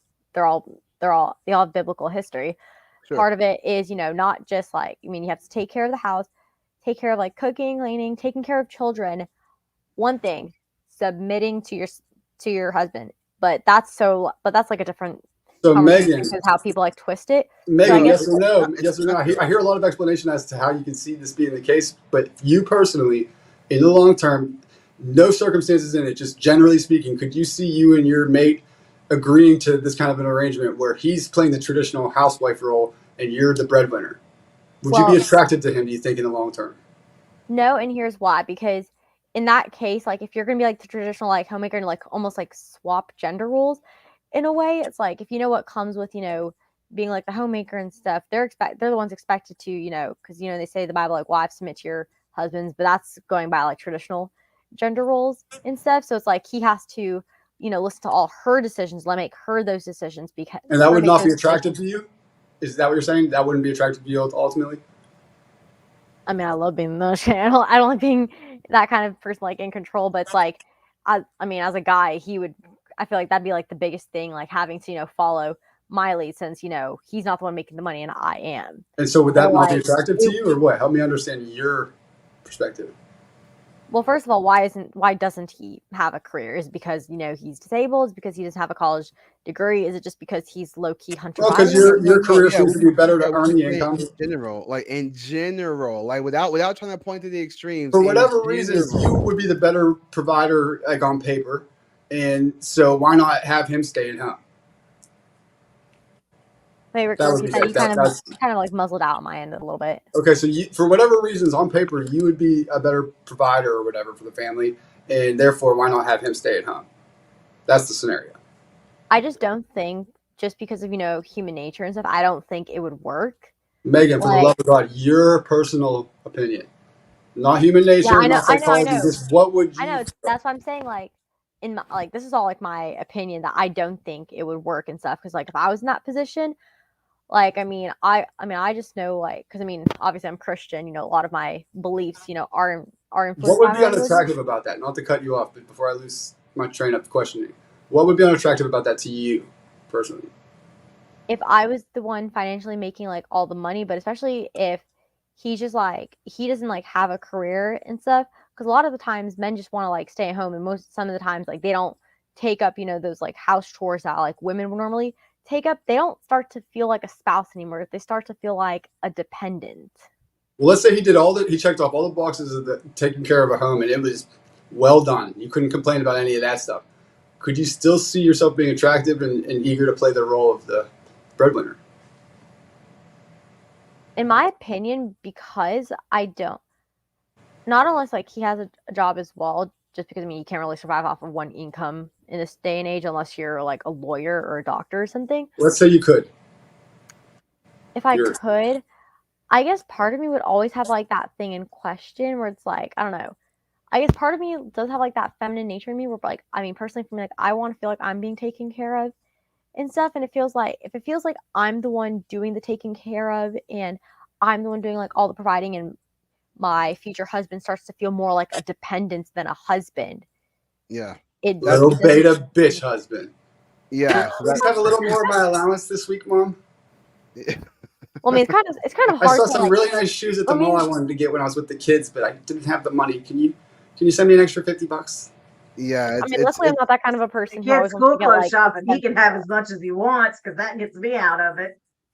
Right, but that's what I mean is that's what I'm trying to get to is that I really do think that in a woman's nature there would be a turnoff at some point because he's doing all the things that a woman would tend to do, take care of the house, and you wouldn't really see the masculinity in him. You know what I mean? Because he's like cleaning. He has the yellow gloves on, he has the apron on, and then you come home and I hope the house is clean enough for you, wife.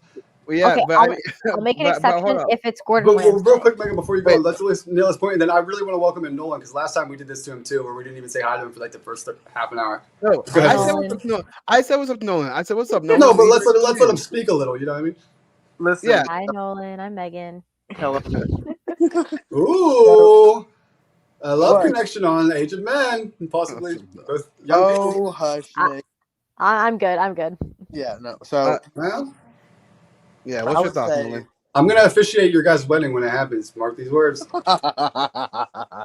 No, okay. So, I would say, I mean, based off of my personal experience, I would say it's not natural for a household for the woman to be the bread maker and like the man to be stay-at-home dad. I don't think men can be caring. Like I know some men who are really good at caring, being nurturing, but the woman in general excels at being a caretaker. Like that is something they're just naturally great at.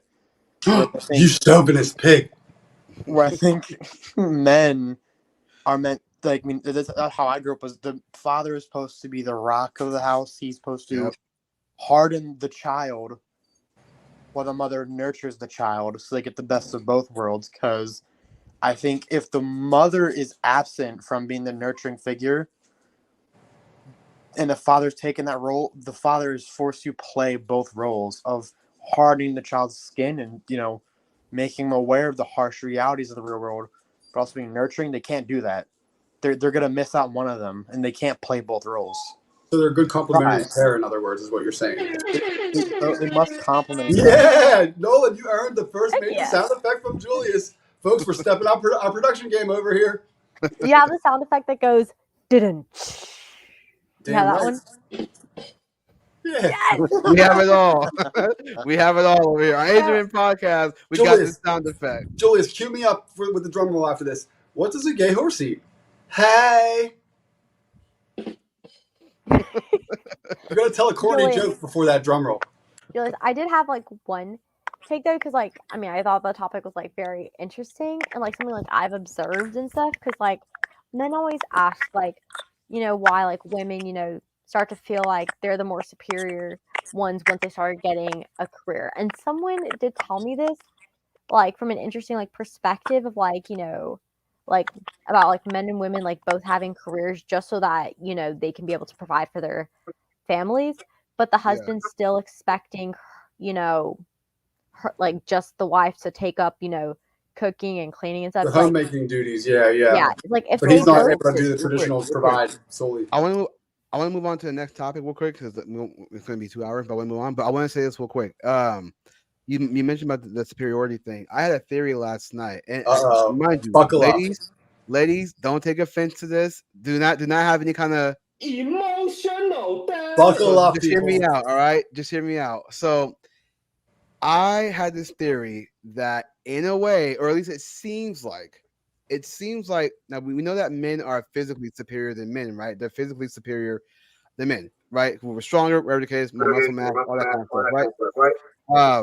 But it does seem like in a way we're almost, I'm not saying we are superior, but it makes it seem like that because there's so much expectations of a man that women will look for. Because men, we're very simple creatures. We don't really ask for much. We ask for like, don't be a hoe, be loyal, be trustworthy. You know what I mean? Of course, if you love God, you love God. There's that too as well. But as a whole, it's just don't be a hoe, be loyal, be trustworthy, right? Be honest. We don't really ask for much, but women, it's like this, height, money, this, right? There's all these lists of things. Yeah, there's all this list of things. Hang on, Melanie, real quick. There's all these lists of things, right? So there's all these expectations of men when men try to express themselves. You now hear the red pill space where men are expressing themselves, but then people are saying that these men are complaining, right? Men can't even express themselves without being said that they're complaining about women. So it's like we're supposed to man up and things like that. It just seems like there's so much expectations of men because we almost look to men to be that superiority. Because women view them as superior, they have these expectations, is what you said last night, I believe, Julius. Yeah, and quick, let me make the comparison so you guys can understand why I say that. Look at the way black people always compare themselves to white people. Why is that? Because they see him in a certain light. You and Layla both have this hot ass take, man, where they're actually the white supremacists, the black people. That's hot. Right, because mind you, black people are always saying, well, it's like this compared to our black or our white counterpart. They're always talking about white supremacy. It's always this kind of like hierarchy with race because they see him. For example, right? My daughter's, so my daughter's friends, right? She was telling them about me, what I believe in. They don't think I'm black. And that to me, and that to me tells me that there's such a low standard amongst black people. Well, you didn't vote for Biden, so technically you ain't black. Right. But what I'm saying, right. But what I'm saying is this right here is that the fact that there's such a low standard for black people because they see white people up here is how the same way that I see with women to men. They have this kind of standard of us that's so high. Julius, for those who don't understand, what do they mean when they that you're white? You're not black because you speak articulate, or what? No, I mean, yeah, not to go too much in that, but it's just basically like because they're used to seeing black people a certain way, thugs, criminals, gold chains, Jordans, the whole stereotype. It's a stereotype of black people. So because of that, they think that if you talk proper, mind you, there's no such thing as talking white, talking black. Because they think like that, they think, oh, he talks a certain way, he believes a certain thing, he's not black. There's such a low standard because they see white people up here the same way I see that women see men at a certain standard. You don't say fitting to find out, like you don't use FINA as a word. Burrell, I think you have an echo. Somebody has an echo. Maybe Bluetooth or somebody with Bluetooth. Yeah. I think I got rid of my echo. There we go. Perfect. Loud and clear. Welcome, buddy. Well, welcome. Thank you. Appreciate it. What Julius just said is a hard conversation. That could be welcome buddy, into the deep end. That could be an entire podcast. But like society says that a black man is supposed to be a certain thing, right? So if you don't fit into what society says a black man is supposed to be, then you ain't black. Which is what, like the stereotypical like gangbanger with the sagging pants and the gold chains. Like, what are you supposed to be? Right. But you could also say, let me see. You can also say possibly that what society says a black man isn't even what black people say we are. If you know what I mean. Yeah. So I mean, that's why I didn't want to dive too much into the race part. I was just making that analogy as the fact that the way black people compare themselves to white people because they see them in a certain light is the same way I would argue that women sometimes see men in a certain light. We're supposed to be protectors, providers, and leaders. Ever notice that that's always said about men, but never about women? Because there is a difference. So it's almost like there's this hierarchy with men. We protect, we provide, we lead. Women, nurture. Like expectations are set high for us. I would challenge that just a little bit. I push back on that just a little bit. I would say that society has white people and black people combat each other, fighting each other when we got a common enemy we're thinking about. Right. And I think that's on purpose because no as doubt. long as we fight each other, they still get to be in control. We're distracted and not ever aware of the fact that there are people that are forcing us to fight each other that are much more powerful than either white or black, quote unquote. Right, but do you guys see what I was trying to say? As far totally. I was going off of Megan's point with the superiority thing. Real quick, Megan, can you hear me? Because I can't hear you. Your mic was muted for some reason. And before you guys take that too much further, Julius, I don't know what this does to your discussion, but you may have heard this before. I've often been like accused or given a distinctive title of being black, being one of us or whatever. And I don't know. I mean, I kind of grew up in a black area, maybe, but I don't know what that ever meant or like why. Like it was like an honorary black card or something. They called it a G pass, your gangster pass. Right. So, but so that's what I mean by there's such a low standard. Real quick, I'm gonna move on to the next topic. We're only got half an hour left, so I'm gonna move on to the next topic real quick. So just real quick, any final thoughts on house husbands? Megan, we'll start with you. Any final thoughts real quick? And before Nolan, bring up your experience. Nolan was offered the proposition to play the role of house husband. Obviously, I make the strong exception for Gordon Ramsay, for obvious reasons. Weirdo. But I guess the issue comes in, because it's not, it's not a natural, it's not the natural role, of a man to like be the homemaker and stuff. If like the woman's doing like all the providing, it's just by nature that her spouse, especially in my opinion, she starts to see him more as a dependent than a spouse that helps contribute. Yeah. Nolan, what's your thoughts real quick on house husband? So I'll reiterate it. There's a healthy medium. One cannot exist without the other. There has to be the mother staying at home and the father going out, or else the father's inevitably forced to play both roles. Which I don't want to know what the end result of that is. I don't think it would be a very great result for the child to have a father play the nurturing figure, but also play the, be a man, like try to teach their boy to be a man. The mother would have to fulfill that role than if it was going to be attempted, right? The father would have to fill both roles. They have to fill the mother's role and the already preset role, and that's just going to snowball. We can't play both. So hypothetically, maybe it's like if he's going to play the traditional housewife role, I'm going to have to wear the pants and play the traditional disciplinarian fatherly role as the breadwinner mother woman, right? Yeah, and which I'm not championing for this, by the way. I think that would probably crash and burn more often than not. But yeah, okay, interesting. And then so Nick, you added more, or that was what you had to say? I would just say again, it goes back to psychology. Hypergamy 101 dictates that women mate equal to and above their socioeconomic status, men equal to and below. If she's the breadwinner and you're sitting at home doing your nails, hoping to get an allowance, she's going to go fuck the pool boy. I mean, I'm doing my nails, but I mean, I have my own small business, so I'm not relying on anybody right now. Melanie, any final thoughts on the house husband? Other than just as a normal thing without kids at home, without the special situation that we had when we had to switch over, no.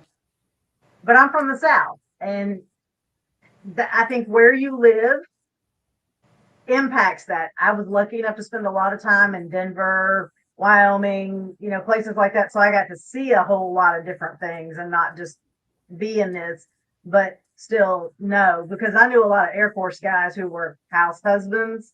And they were real good friends with the wives on base. Yeah. And it was like, no, this is not gonna, no. So what would your other fellow Southerners generally think of this kind of proposal? It rarely, the only time it happens, and there's no polite way to say this, is when they're with the thuggle gangbang, don't want to work, don't want to provide, don't want to be there, want to just, go off and have babies. Fling drugs out the trap house. Yeah. Or how many baby mamas do you have? If you have 6 kids and you have 8 baby mamas, we have a problem. When they accidentally miscount how many oh no, four, not 3. That's when you know too many. My husband is the youngest of 10 children, and they all have the same mom, dad, all of that. That would be great. And I did not grow up that way. So when we start talking about childhoods, it's night and day. They all have the same dad. Nick Cannon is typing. Yeah, Nick Cannon's in the chat. We're gonna say we're to the friend zone. And Ruel, any last thoughts on the house husband? Yeah, I think a lot of what Melanie said, like as far as like it depends on which region you're from. If you're like from the South, from the North, if you're liberal, if you're conservative, if you're Muslim, Christian, but I think a lot of just generally society says now that it's no longer okay for a man to just be a provider and a protector, that he needs to take on 50-50 of the tasks. But generally, I think that it becomes 50-50 plus all the normal man tasks. So you're really taking on 150 of the tasks. Louder for the folks in the back, bro. 100%. So I think that's kind of what it's become, and that the man also has to be like the emotional support, which generally used to be like the girlfriend or whatever. So like the man now, from society and feminism and all of that, has so much to take on because of the way society says it. There's no recognition for it, let alone appreciation. 100%. Yeah. So what are we motivated to do? Where's our motivation? I don't see it. Fuck that. Let's not Ask for it, bro. Why get married when you can work and have a housekeeper and not have to deal with the drama of those expectations? Well, that's why I got to be the leader of my household and be the income maker and whatnot. That's what I was saying. If willing to work her way into that, that would be like a unicorn. Right. Not yet seen that really, but then I would consider her maybe. Right. Yeah. So we're gonna move on to the friend zone topic. Okay, so with the friend zone, right? What we understand about the friend zone is that it's often been said that men and women cannot be friends because there tends to be somebody that has feelings for somebody else. Somebody's always catching feelings. I gotta ask Megan her opinion on that, Julius. Yeah, we'll get to the opinions. Hold on, hold your opinions.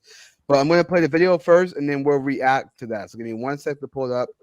and then we'll react to it, and we'll talk about, is it beneficial to be in the friend zone as a man? Megan, I'm not or gonna as let a you storm woman? out of answering this. I can't wait to get your take. Yeah, so just one second. Just collect your thoughts now. We'll watch the video and then we will talk about it. So just hold on one second. I'm gonna pull it up right now. It's on Instagram, so I meant to pull it up earlier, but you guys. Well, he's keeping a lot of plates in the air over there. He does it very effortlessly, so people might not always realize. But let me take this moment to shout out my co-host in crime, Julius, who holds down my improving freestyle, often He's your scattered rock. ass. Let's be Just honest. say it. Just say he's your rock. I'm nobody's house husband over here. All right. So. he's my rock. He's No Nick's homo. house husband in spirit. No homo. All the homo. No homo, Megan. You will never be welcome back on here again if you suggest such a thing. The only gay couple I can ever get behind. Ew. Yeah. I don't want to think about getting behind, literally. Let me say that again. For real, you'll be kicked off and never welcome back if you keep talking this way, woman. Got it. All right. So here's that video here. This is from Ozaze. What up, Sean? It's from the Desirable Truth, and this is the video where he interviewed this couple and he asked them about being in the friend zone. Hopefully it plays sometime in the buffer, so bear with me. Let's check this out. Hopefully it's not an advertisement for diarrhea medicine like last time. Friend. He's good company. He's funny. Like, I enjoy spending time with him. So, I mean, he's my friend. It may buffer, so just bear with me. Like, bro, like, I like being around. Hold on, let me refresh it. Go ahead. And while you do that, just my initial observations is look at that guy's body posture. He's slouched. He's fucking looking uncomfortable. He's thinking to himself, damn, this bitch has me in the friend zone, and now she's telling everybody publicly on the internet, like, this is a bad look for me right now. I'm getting punked the fuck out right now. He's good company. He's funny. Like, I enjoy spending time.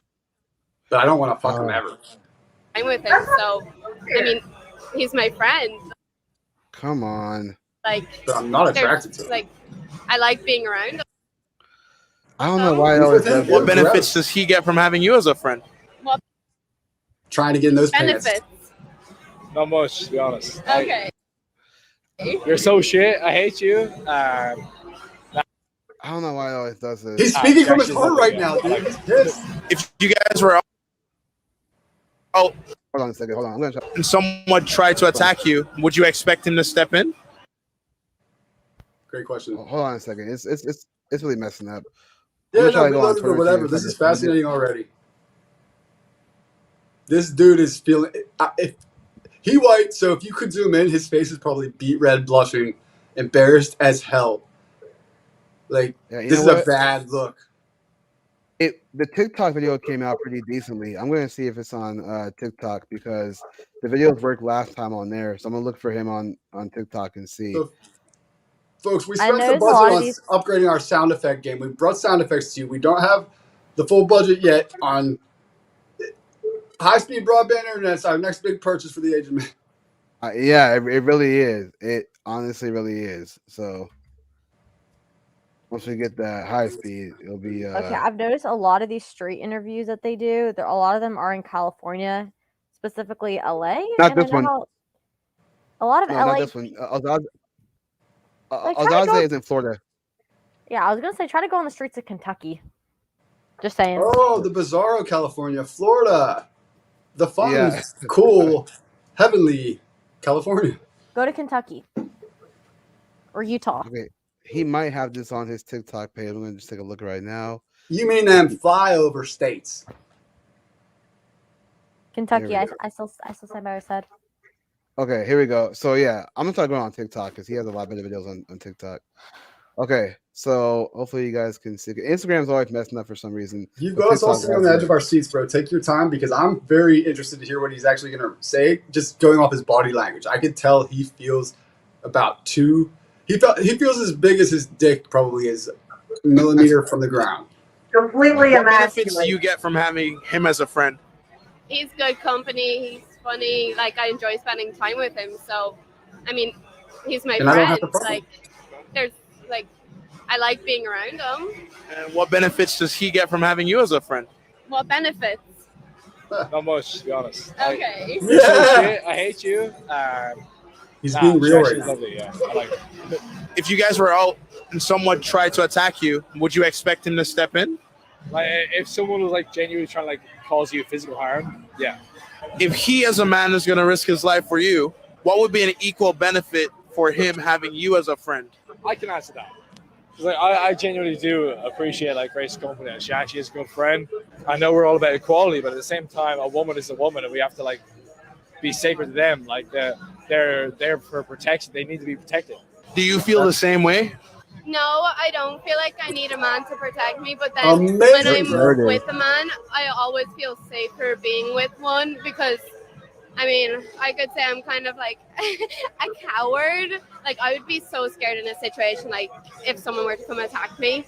So I would feel safer if a man was there, but I don't like to say that I would What need is he one. doing? Under the right Somebody please hit this circumstance, would you ever let him hit? No. If it were all the way around, would you? Honestly, maybe, but like probably not. No, because my pride's on the line. Crazy. And she just said no. But yeah, dude, That's crazy. chivalry is dead, and women fucking killed it. Did you hear what he answered there? Well, yeah, I think men have a duty to protect women by default. And she said, no, I don't need any protection. Not only was she not grateful for that, she actually laughed it off and was like, I don't need any protection. Fuck that. So him playing that little beta friend role, hoping that he can like finagle his way into getting in her pants, is actually working against him. Yeah. All I heard in that interview was Emotional damage. Dude, So- when he said, I hate you, not much, and all that, he was disguising it as a friendly joke, but that's literally how he felt at that moment. He was so pissed off. Like, you're saying this publicly in front of everybody and just, I hate you. LOL at the end to make it palatable. So so before I get my take, so I'm going to go around the whole panel here. Nolan, what is your, if you're still there, what are your thoughts on seeing that video? Like, do you feel for him? Do you think this guy's kind of beta? Do you like not care? Do you think that it's worth being friends with a woman? Like, what's your thoughts on this? So, I mean, I come in from my own perspectives that, like, so for me personally, I grew up around a lot of women. Like, growing up as a kid, I had all my friends are women. I had maybe 2 male as my friends, and I don't know if that shaped me from today, but I've always tried to hang out with both genders. I think both genders take a different perspective on certain issues and challenges, and always for me, I find it interesting to see how a woman would handle a problem versus a man handles a problem. And I'd say, for me, like, there's a benefit to having friends with women, but then you also have to accept it. Like, inevitably, you will catch feelings. Like, you may see them as a friend, but down the line, something is going to happen, and that is just the unforeseen consequence. That's always going to happen. Very rarely, I think. Well, buddy, if you're both straight and they're somewhat attractive, why don't you consider banging them? Not to be crass. I mean, for me personally, I don't. I mean, I don't go seeking like a relationship and a woman I'm friends with them. I come seeking a friendship first and foremost, but also I seek to learn from you first and foremost. But do you have no sexual attraction that ever crosses your mind, or how does it come about without that occurring? It would have to be reciprocated to me first for it to even come about. Because if it's not, it's an afterthought. Because it's not on my mind. It never has been. So if she gave you the go ahead, you'd probably fuck her. Don't know. I can't say I would. Well, first and foremost, I'm going to push back on Nick and say I think men and women should be virgins until marriage. Stop trying to have sex. I'm not trying to talk them into it. I'm just curious how they could just be platonic friends if they're both straight and somewhat attractive. How that's not like in the back of both of their heads. Right. So that's what I'm going to get to after that. I just want to push back on that because I'm just saying the sex part got to be left out. But I'm glad you helped me clarify that. I agree. Yeah, there is something to be said to that. So again, I'm going to go around the panel. I actually got a question, but Nick is going to press you guys with his question. So that's why I didn't interrupt Nick, because we are the host. He's trying to ask me this pushback that you guys might be thinking, but not want to like take the liberty since it's not your show. Julius Yeah, keeps. That's why we're a good dynamic, folks. Yeah. So I'm asking the panel what they think, and then Nick's gonna be the one to kind of challenge you. So I'm just kind of setting Good back. cop, bad cop. Yeah, exactly. Hit me with it, Nick. All right, so Megan, what are your thoughts after watching that video? What are your thoughts about like that? Do you think that men and women can be friends? Do you think there's a benefit to being friends? Do you think that somebody already catches feelings? What are your thoughts? Well, I'm just gonna speak solely from like my upbringing. I do think that it is possible, but it just depends on the maturity of the person. So, for example, one of my best friends, he's a guy. His name is Evan. We met mainly because like we're a part of like I do have a lot of guy friends, but that's only because like I'm a part of like the right wing circle at my school, and most of them just happen to be guys. You know, we're a breed. And why haven't you considered him for more than a friend? May I ask? I just don't see him like that. There's a lot that I understand. Like there's a lot that goes into a relationship more than just like a friendship. And can you imagine that he would give you, or he would be eager to do it with you if you gave him the pass? We have never thought about doing it with each other. Well, I know that's going to be the presentation. You didn't think because about he doesn't that. want to compromise the friendship. No, him and I have literally had this conversation. It was actually kind of funny. Because what's he going to say? Yeah, I'd love to fuck you if only you'd let me, but you're not gonna. So yeah, men won't be honest. It comes down to this thing. We quickly learned we are not each other's types. Megan, I'm sorry to. I'm not joking. Hold on. I'm very, very flattered you think. Hold on. Stop right there. Megan just said that we are not each other's type, but see, that's to assume that he thinks that. You're saying that he's not your type because there's a reason why you think like that. Women who say he's not my type, there's a reason why. Some men just don't do it for women because he can be the right guy. He can check out all the boxes, but there's something that he's lacking. That's the reason why women don't see him in that light. So that's why when guys like him are friends with you, in his mind, again, I'm not saying men and women should do it. They shouldn't at all. They should be virgins until marriage, or at least practice abstinence. But that's also another thing. But with the friendship though, it's like there's something to be said to as far as attraction level. Because if you told him I want to be your girlfriend, his eyes will light up and you'll be the best thing to slice bread. If you called him right now saying, "Hey, I've been thinking about it for a while. Why haven't we ever taken this to the next level?" He'd be like, "I'll be on the first train to wherever you are." I'm very flattered you think I can get that many guys. Don't be flattered. I'm just telling you how men operate. It's not getting guys. It's just. No, I wasn't. I hate to put this crassly, but it's a piece of ass that we're programmed to like instinctively want to procreate with. And if you're a good-looking woman and he's straight, and there's no external circumstances preventing you guys, like you're a work dynamic or something, I see no good reason why he wouldn't be feeling this way deep down inside. Now he doesn't reveal this to you because he's worried about. He does value your friendship, and he doesn't want to compromise that, and so he won't bring it up. But why would he bring it up when obviously you've made it very clear that you don't want to do that? How's it going to help anything? If you came to him and he told you, or if he came to you and he told you, he's like, "Hey, Megan, I really like you," because you already see him as a friend, and you tell him, it's just. He ain't going to. He sensed that. He's made subtle cues to try to like get her affection or whatever, try to make it known, and she's just not into that. And so. Now he's not going. Why would he bring it up? Because it's just potential to mess things up. It's not going to help anything. I know where she's at.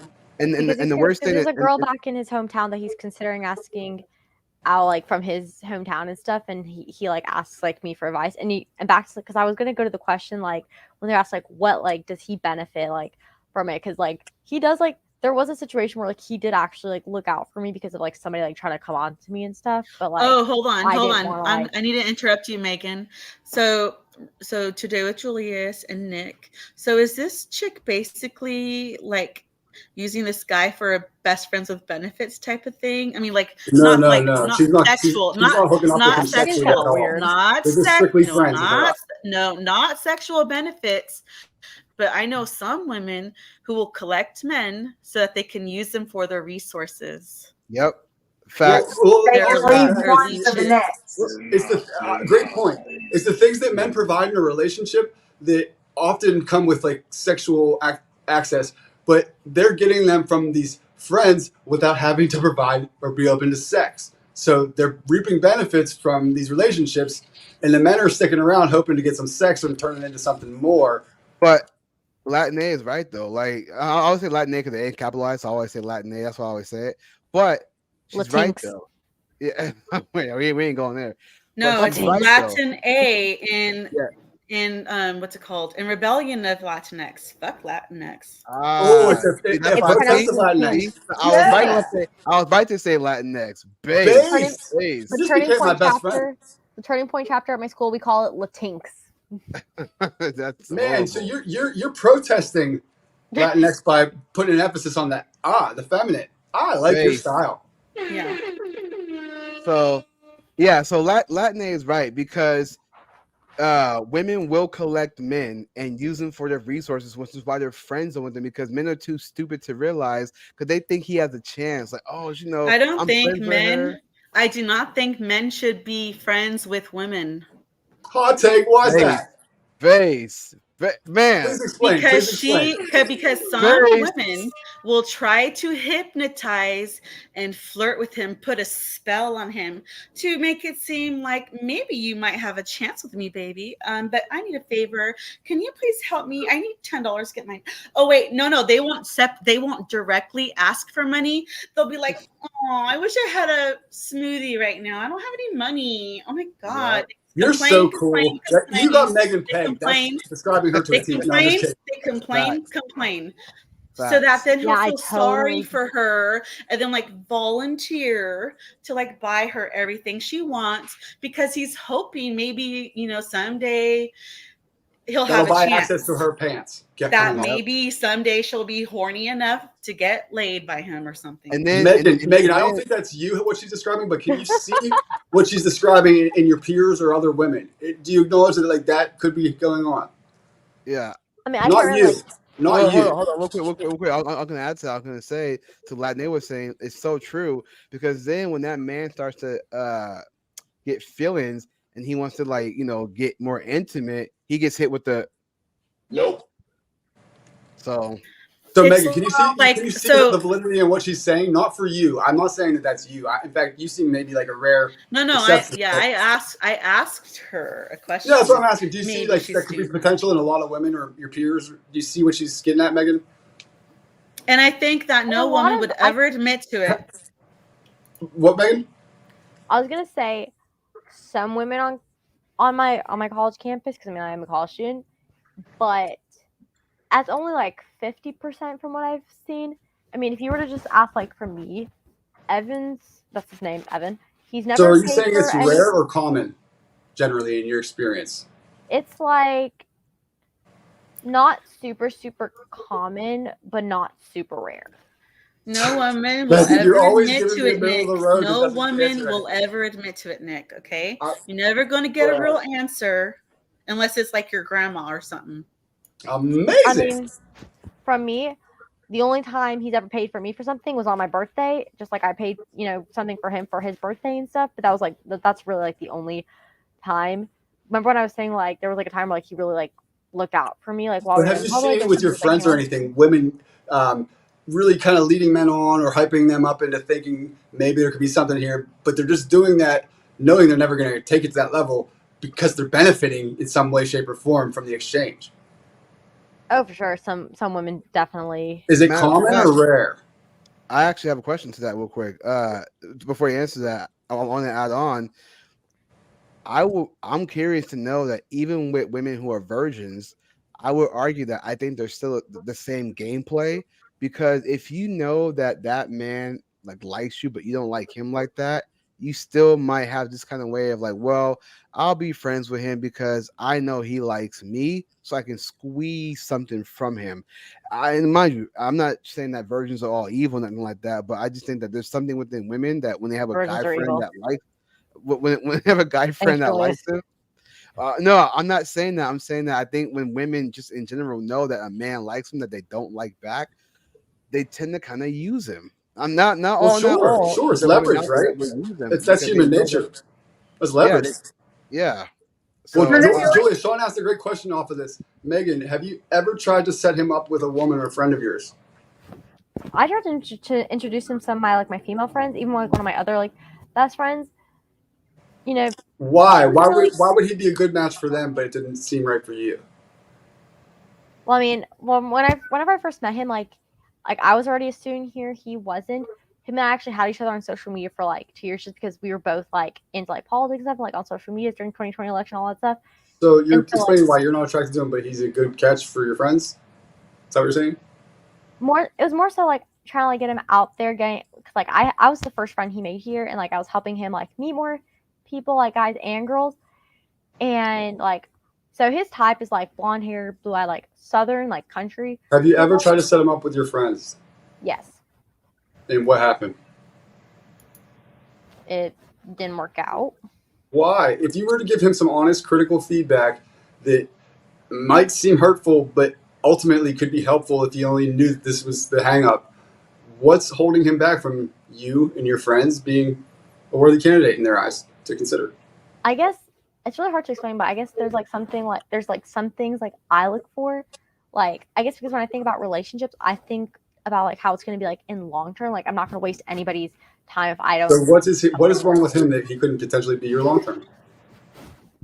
Well, part of it, I mean, we do have a lot of like the same like values and stuff, but it is like some of those like differences. Like he does like to go out like every week, like it's like a club and stuff, just like hang out and stuff. That's personally not my thing. I mean, What obviously, about I'm your not. friends? What about your friends? Is this something they also gripe about? Is this like the deal breaker? Some of them do, which I'm not against because they never like pressure me to like do. Megan, I'm begging you, if you could help this guy somehow, some way, correct his approach so that he had some success with you or a friend, what would be your best advice? I guess it's more so just like, even though we do have a lot in common, we do have a lot like indifferent. I'm not sure. It's one of those things like I don't think it's like something like he could really change. It's more so There's just nothing specific you could point to help him like there's be not more really attractive like to women? any there's not really like red flags. It's just you're not made for everybody. Not Hold on, everybody bro. Wait. Hold on. So he has no red flags on him. Why would he not be a good candidate for you? I'm just not interested in him like that. But why though? He has no red flags. Well, help us understand. We're not trying to be judgmental. Can I But say from something? our perspective as men, we're very specific, detail-oriented people, and we solve problems by focusing on the issue and correcting it. So Okay, if so there's you an issue here corrected for it, you're me just not and attracted to him. your friends and you are not, it's not just you. You tried to set me up with some of your friends, and they're not into it either. If you could try to help me out in getting a mate and not being lonely and miserable in my life, what am I doing wrong? But hold on, you guys. Some women might also try to use that man friend as a way to get more men friends from him. So she's going to collect more men from the one. It's like a tree. It grows. But from his perspective, imagine like he's sitting there dumbfounded, like, man, why are none of these girls into me when I'm more than willing to try it with any of them? Yeah, what on earth am I doing so wrong that I couldn't do better?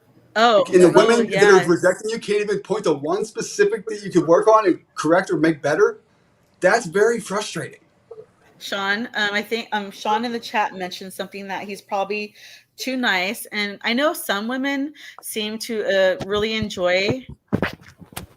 Literally, he just like hit the spot. Sorry. So that's like a big turn off for me when guys seem. Well, I was still talking. So, sorry, Megan, sorry. Hold on. See, now you're going to make me lose my train of thought. Okay, so some women do enjoy, see, the women I have known, some of them seem to really enjoy when the man is distant, like only gives them crumbs of love, like she likes and enjoys always having to fight for his attention, and like she kind of likes narcissist, like like she always likes the guy who's a narcissist. Look, ladies, or stuck up or arrogant and mean to her. That takes me to my this is a controversial take on that, just to build off you, not to interrupt, but it's what I wanted to bring up at the beginning. Unfortunately, I'd have to give this advice to young men especially, but I would sooner err on the side of a woman considering me toxic and chauvinist or whatever before I let her think of me as a beta, because at least she still might fuck me. Now hear me out on that. I'm not saying that's good. It's not good to be toxic, but what I am saying is all women that fuck the I don't know why I fucked him. He's an asshole. But how often have they ever done that for the nice friend zone guy? Never. So women are actually getting mixed signals here. They're the ones that are hooking up with these assholes, and they're killing chivalry because the nice chivalrous guys are getting looked over as friends, and the assholes are getting laid. That's why I make the argument that women killed chivalry. But Nick, there's also like we're also kind of like We shouldn't, like how Jesse Lee Peterson says, not all, but most. We shouldn't say all, okay? So, but like, okay, that like those mean guys, right? Those ones are still out there in the world having sex with each other, having crappy relationships, not settling down. They think that, you know, it's a candy store. You're supposed to taste all the flavors, right? But then there's those that get married and have children and settle down because those women see the good qualities in the man. Like, he's stable, he doesn't lose his temper, he doesn't act like a woman and complain, he works, he has a good credit score, he has good you know, decent friends, he goes to church maybe, or believes in God. You know, he's like just kind of like, you know, he's not going to be like too boastful. He's going to be like more humble maybe. You're frozen on the screen though, Julius. I do hear you, but you're frozen. But hey, we're past the end of the show anyways. This seems to be a sign from God. Maybe we should. Hold on. Yeah, hold on. Don't leave. Now we can barely hear you. Cutting out too. I would just pull the plug, man. And guys, I don't know for my co-host Julius if he does do that. You guys are all awesome. Come back next week. All he has to do is no, at the bottom it just says leave StreamYard and come back in. No, but Julius is hosting. It's all going through Julius. Yeah, I know. Julius can go to the bottom of his screen and it says exit StreamYard at the very bottom of his screen, and then he can re-enter. He doesn't have to kill the whole session will end because he's the host. No, it won't, because I do live streams too on StreamYard. He can do that. Wait, Nick. Julius, if you hear, go ahead and give that a shot. But either way, I really, this is a pet peeve of mine when we're already past the end of the show and we start trying to troubleshoot glitches. Let's just, why? Just to end the show, we're going to fight through some tech issues. It's not professional. But anyway, sorry guys, go on.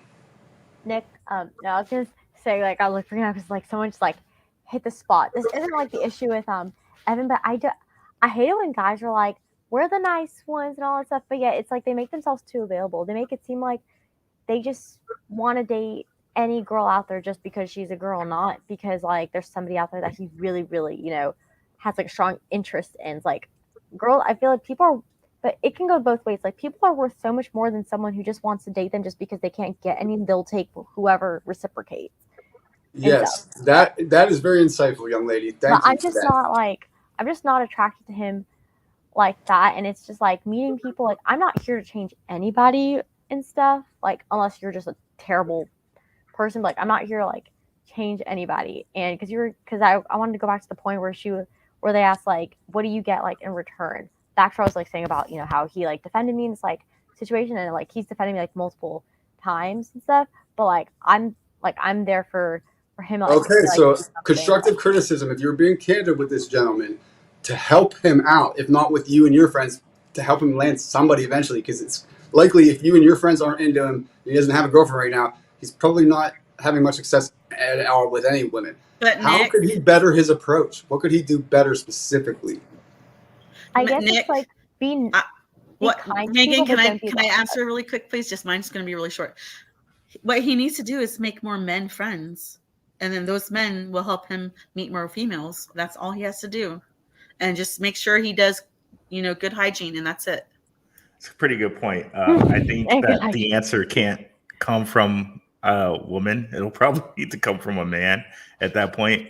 I agree with what you were saying, Nick. Like, he probably has to err on the side of being more toxic than nice. Stay toxic. Yeah, you know, because look, a guy with too many female friends is going to be sus.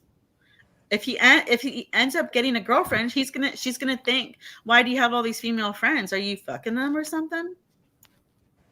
Well, not just those guys. Oh, sorry. Go ahead. You have to add in too that if they're too available, they're providing what your girlfriends can provide, and you can get other things elsewhere. Then they're just somebody to be there to fall back on. Because how many women? They're the fail safe for when you're actually trying to, like, get to another man, swing to a new man. A lot of people probably realize this more so than some of the Megan, maybe because she's not quite that age yet. But there are a lot of them who won't leave one relationship till they have the next one in line. So they keep that group of people around so they can decide who they're going to. a I'm glad you comforting said that. placeholder that does the They've never provisioning been and protection and alone. whatnot. And she could call you at 3:30 in the morning. Help! I'm stranded an hour away. Come pick me up. And your beta pathetic ass will drop what you're doing and go pick up that unworthy woman. Nick, And why would she sign up for more? It's like when they say that a girl's having sex with a guy, so why would he marry her? Why pay for the cow when you're getting the milk for free? That's the same thing in reverse. Women are getting all the stuff that they want out of a mate without having to commit. Well, So I why would made they a pay for the comment the cow? other day. Nick, women also don't need to be going to universities or colleges unless she's planning on not needing a man. You're an amazing person. You need to come back more often. Is this a setup? She's too good to be true. She's quoted Jesse Lee Peterson. Amazing. I You know what, love though? Jesse Lee I think- Peterson and other. No, I listen to a lot of men, and also I'm Hispanic and come from like where women were women were trained to be at home. My mom's an excellent Ooh, you just homemaker. said a crazy trigger word. Most women get very triggered by that trained word. You know that, right? Well, but like women back in the day, they were expert homemakers. They were craftswomen like Martha Stewart. And I think that the reason why, Martha Stewart got taken down was not only because she was teaching femininity in homemaking, but, they also got mad that, I guess she was making too much money and wanted to. Well, they flipped her image. You know that Martha Stewart literally was just on the cover of a Sports Illustrated swimsuit or Playboy. She was nude at 80-something years old. We just covered this on a recent show. Oh, really? Okay, no, I don't know any of that news. They're corrupting the image of Martha the homemaker and turning her into a whore, just like they do with all the Disney star but princesses. was she really naked on there? I mean, she's all airbrushed up. You could tell, like, obviously they did a lot of work on her 80-year-old Well, ass.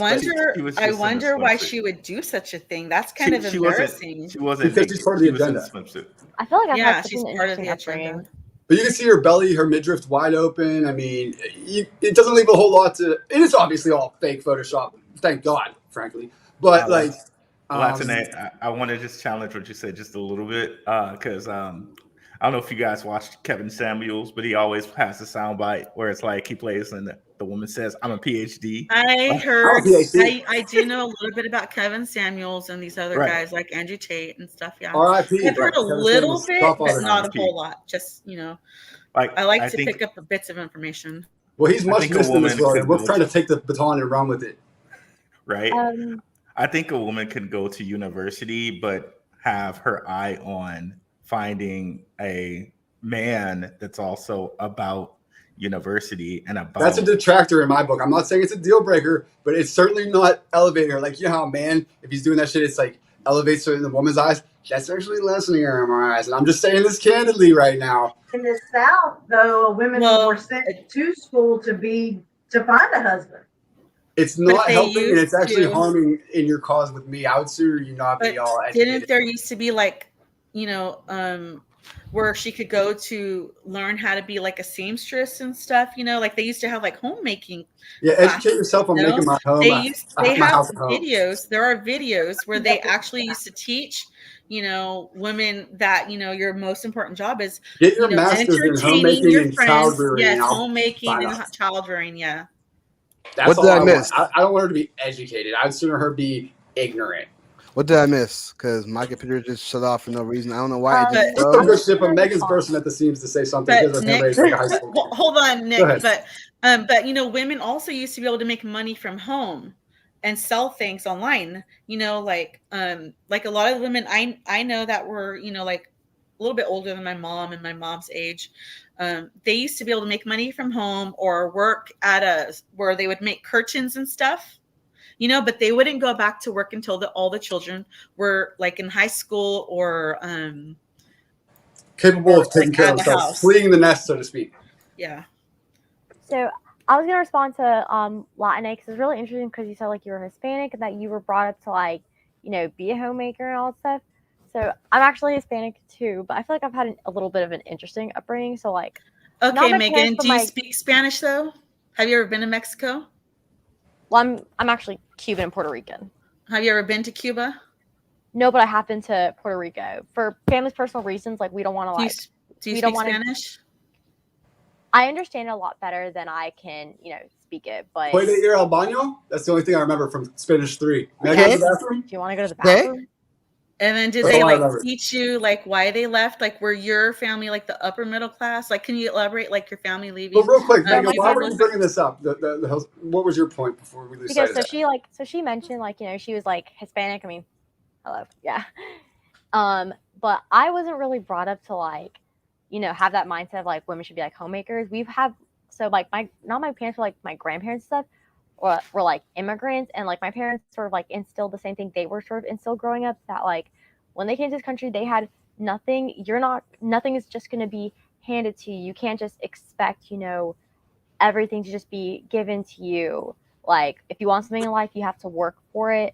Like no matter But to who you Latina's point, are. I think she's saying in the foreign cultures that she grew up in, it was more of a traditional kind of environment. Yeah. And I Also, guess like too, can I Well, add to that real you quick? guys, hold on. Sorry, I'm gonna take over. So even the women in my family in Mexico, they stayed home, but they were able to work from home because they have like little, so they like live upstairs and in the back where their house is part of like their stores. And or they, you know, have like, you know, in the doorway they were able to like sell things that they made, so they never actually had to leave their home. And I yeah. think You know what I mean? modern Like, you know, society, I like, do guess you guys part of know what it, that looks Let's yeah, let like? Ruel go yeah, ahead, Ruel. You had a thought, Ruel? And then yeah, I Megan, think finish your modern thought. society has kind of poo-pooed on that and said, okay, if the woman stays home or if the woman finds like a seamstress or a cooking or baking or sewing, that's seamstress, but I know anyways, how to sew. job at home, then you're still looked at as a homemaker, and then He's being it's just suppressed. It's a right. toxic male that's putting her in that awful Right. You're position. still just a homemaker. You're still only a homemaker. You know, you're not really doing anything. Like the role of a mother or the role of like a mother that's just making money on the side is no longer looked at But as who something that's cares? We valued in shouldn't society. care what society I says, mean, because what society is saying right now is that we need to put grandmas on the cover of Sports Illustrated half naked or totally I naked. That's agree what you with missed, you. Julius. You're I talking agree about with you, but her going from the that's just my homemaker to the house slut. yeah. Yeah. Well, I mean, So That's my point. luckily That's yeah, my I did. point. I'm Like in college, but I society did is saying learn how that. to Guys, one sew at a and time. cook. Let Julius had something to say, and then Oh, sorry. yeah. So real quick, I'm going to say this, and we're going to wrap up the show. But here's what I'm going to say to that, to what Latinay was saying. There's a lot to be said. Like, again, that book I'm reading, The Occult Feminism, The Secret Society of Women's Liberation. Here's the thing about it is that at one point in time in history, even before women had the right to vote, they were able to still be educated. They were able to still be work at home, and like you said, make a little money, right? There were those things. The problem is that with feminism, you know, second wave and third wave, you got to think about people like Simone de Beauvoir, right? She was the woman that believed in gender theory and the fact that it was a social construct. She even said that even though a woman can, you know, be pregnant and things like that, and men cannot, that's not a natural woman. Her and John Money both spread this idea that gender is a social construct. So it pushed that into society. So now we have this idea that women can be career workers, which is why they're putting the career over motherhood. If I were to go out and ask women, what is your goal in life? They won't say motherhood. They'll say, I want to work. I want to have this money. I want to be a boss babe. All this stuff, but you will rarely hear, I want to be a mother. Do you know what I mean? And that, Julius, but go ahead. you know, no, it's all a lie, because we are affected by our environments, right? If we did not have welfare to put these women through school for free and put their children who are not even products of marriages in like free daycare and all that, then, you know, they would be desperate for a man. But our society now is encouraging and rewarding these women who are having children out of wedlock and Yeah. oppressing the men. So it's like what they're doing is they're using this welfare system to affect culture. But in reality, if there was no welfare, the women who would, you know, if we didn't have welfare and you know, birth control, and if they still were going to get involved with a man, they're going to end up pregnant or in a marriage, and they would need a man suddenly to I help. only know, Yeah, man. no, All these things. but what I'm saying is that feminism was part of the reason why women believe the things that they believe. Here's a quote for Simone de Beauvoir. Here's a quote from her. She says, now we don't believe that any woman should have this choice. No woman should be authorized to stay at home to bring up her children. Society should be totally different. Women should not have that choice precisely because if there is such a choice, too many women will make that one. It is a way of forcing women in a certain direction. That was Simone de Beauvoir. So the point is that if women were to choose to be a stay-at-home mom, a lot of women would choose that because they see that that's working. Then it gets away from the government. So you're right. The welfare system did play a big part. Because matter of fact, even just putting women in the workforce, that played a big part. It took women away from the homes, and then dad's working, mom's working. Who's watching the kid? The child But see, care she's for bastardizing feminism in the sense that feminism originally, as I understand it, was all about offering women the free choice, the equal choice to decide what they want to do. Now she's trying to remove women's choice, even if it's to choose to be a traditional woman and play that role. Exactly. So there is no choice. The only choice that they lead women to is to kill their babies. That's why the sexual liberation was pushed, because they pushed that into feminism to make them, basically to use them to kill their babies, to do whatever they want in the black market, stem cell, I don't know, but they pushed that lie to them. So there was no choice really, because now being a stay-at-home mom gets demonized, but being a boss babe gets praised. So the point I'm making is that Megan, in your case, right? You were told that's going to be handed to you, blah blah blah. But I'm not saying it wasn't, but it doesn't seem like there's something that was told where it says, "Hey, like we're not raising women to be like you should be raised to serve a man so you can have kids and yada yada yada." It's all about the strong and independent mindset, right? So I think that there are women out there who fight back against their natural role to serve a man in order to have a family, a legacy, etc.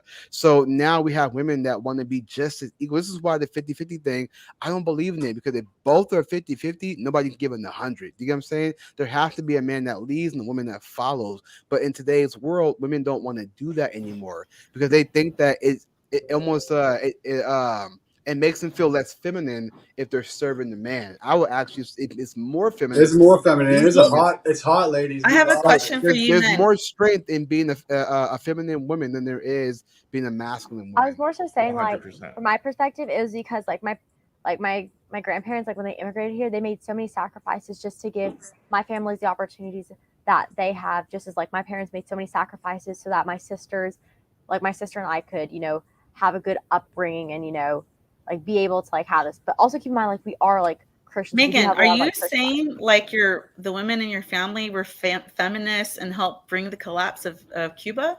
We were not like crazy. What do you mean the No, collapse? I don't think so. But Melanie, also, if you were trying to speak up, thank you for Do you speaking know up. the issue in Cuba? That was a Not really. The issue in Cuba is because of a narcissistic. No. Let's not derail it. I love the feistiness, ladies, but it's the end of the show. We're trying to wrap. And Melanie, you've been very polite. Were you trying to get a word in?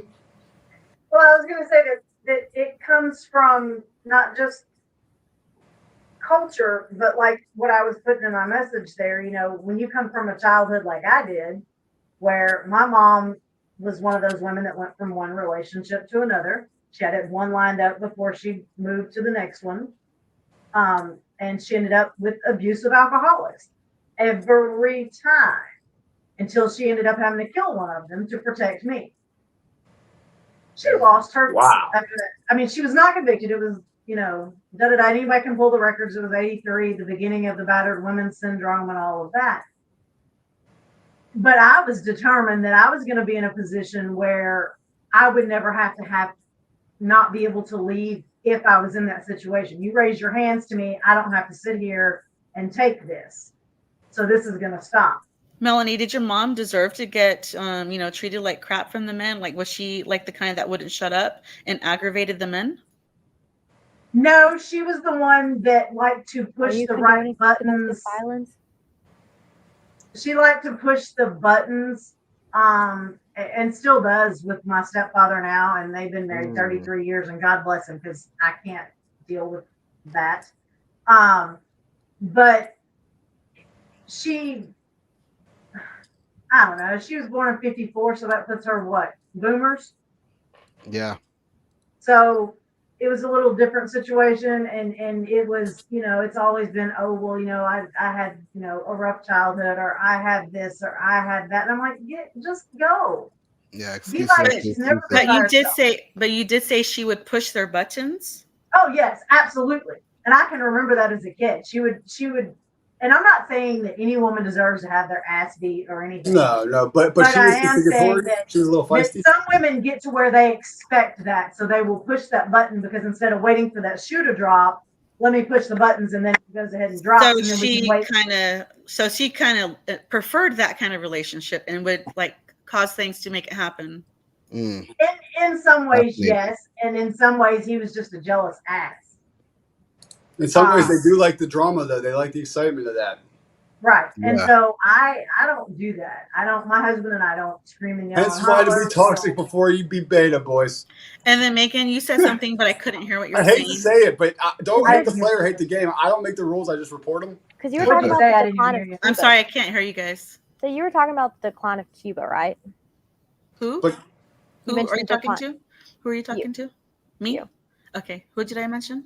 Ladies, we're trying to wrap it. I hate to do this, but okay, you're having like a back we gotta go. You gotta let Joyce and I kind of navigate this a little bit. Yeah. Well, real quick. Just real quick.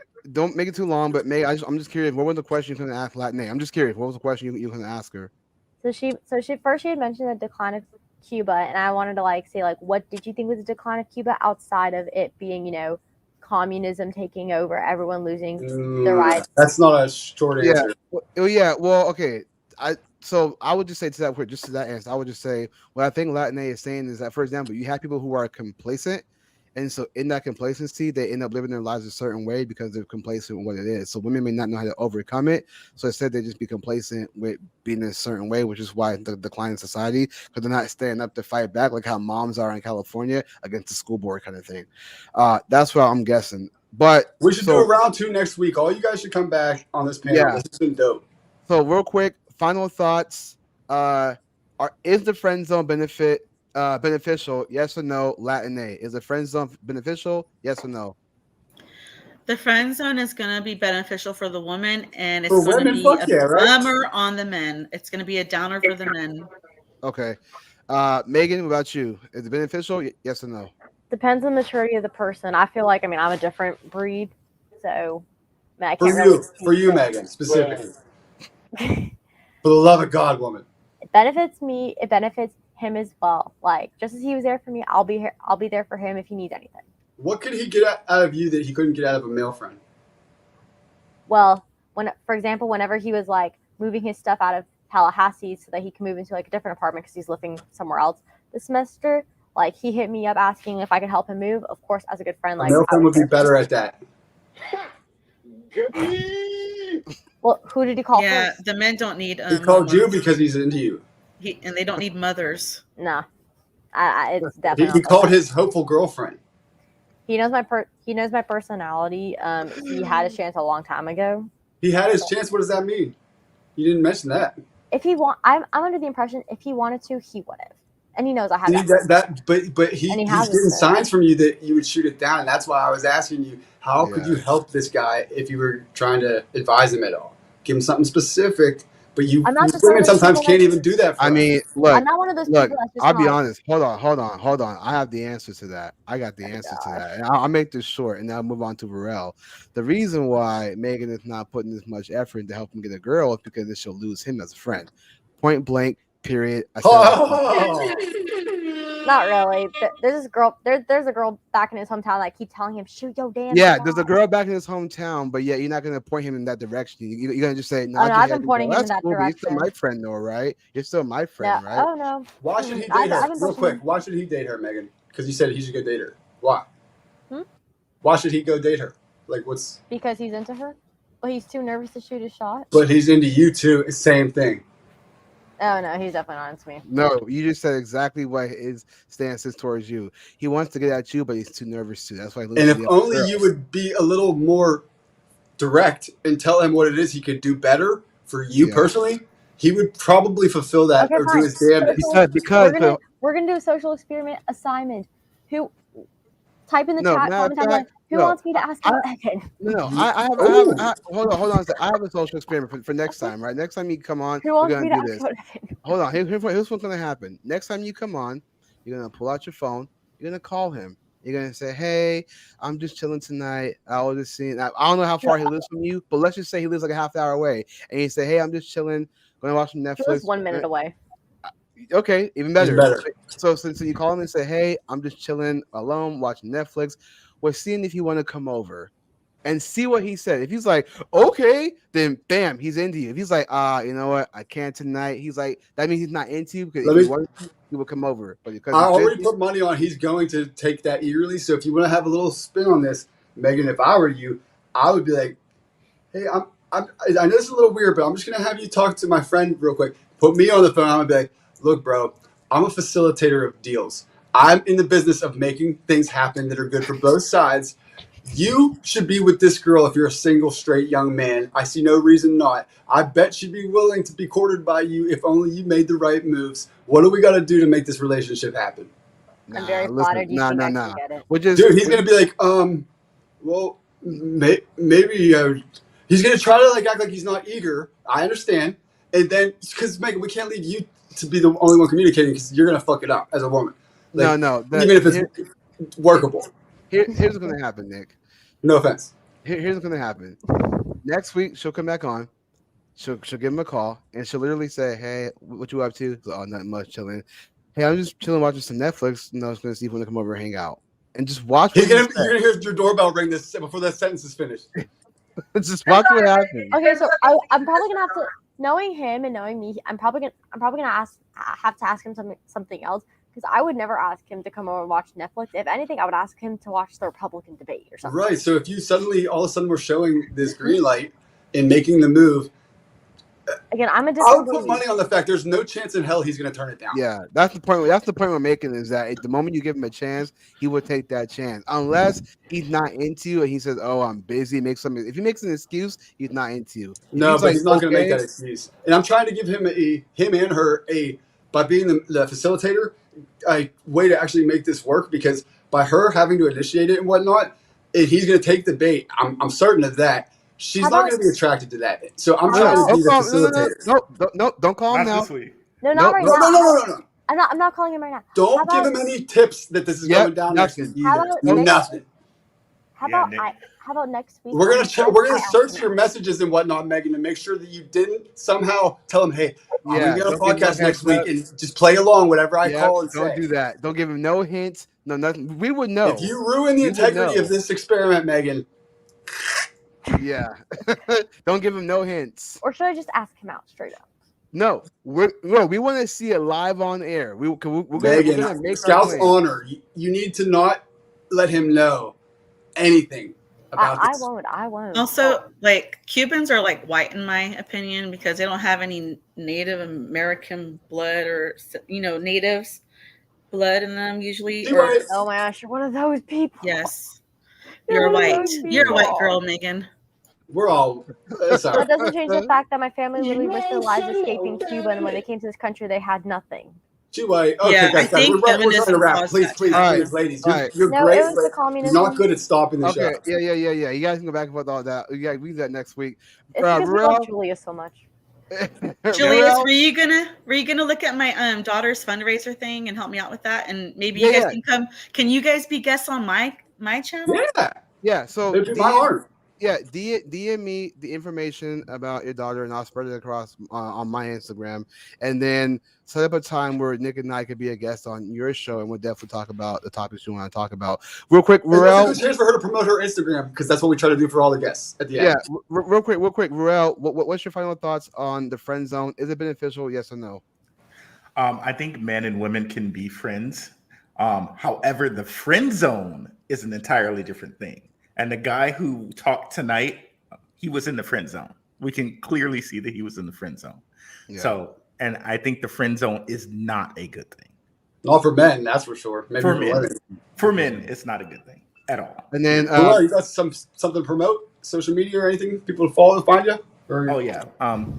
If you're crypto curious, check me out at www.darkhorsewatcher.com. It's right behind me there.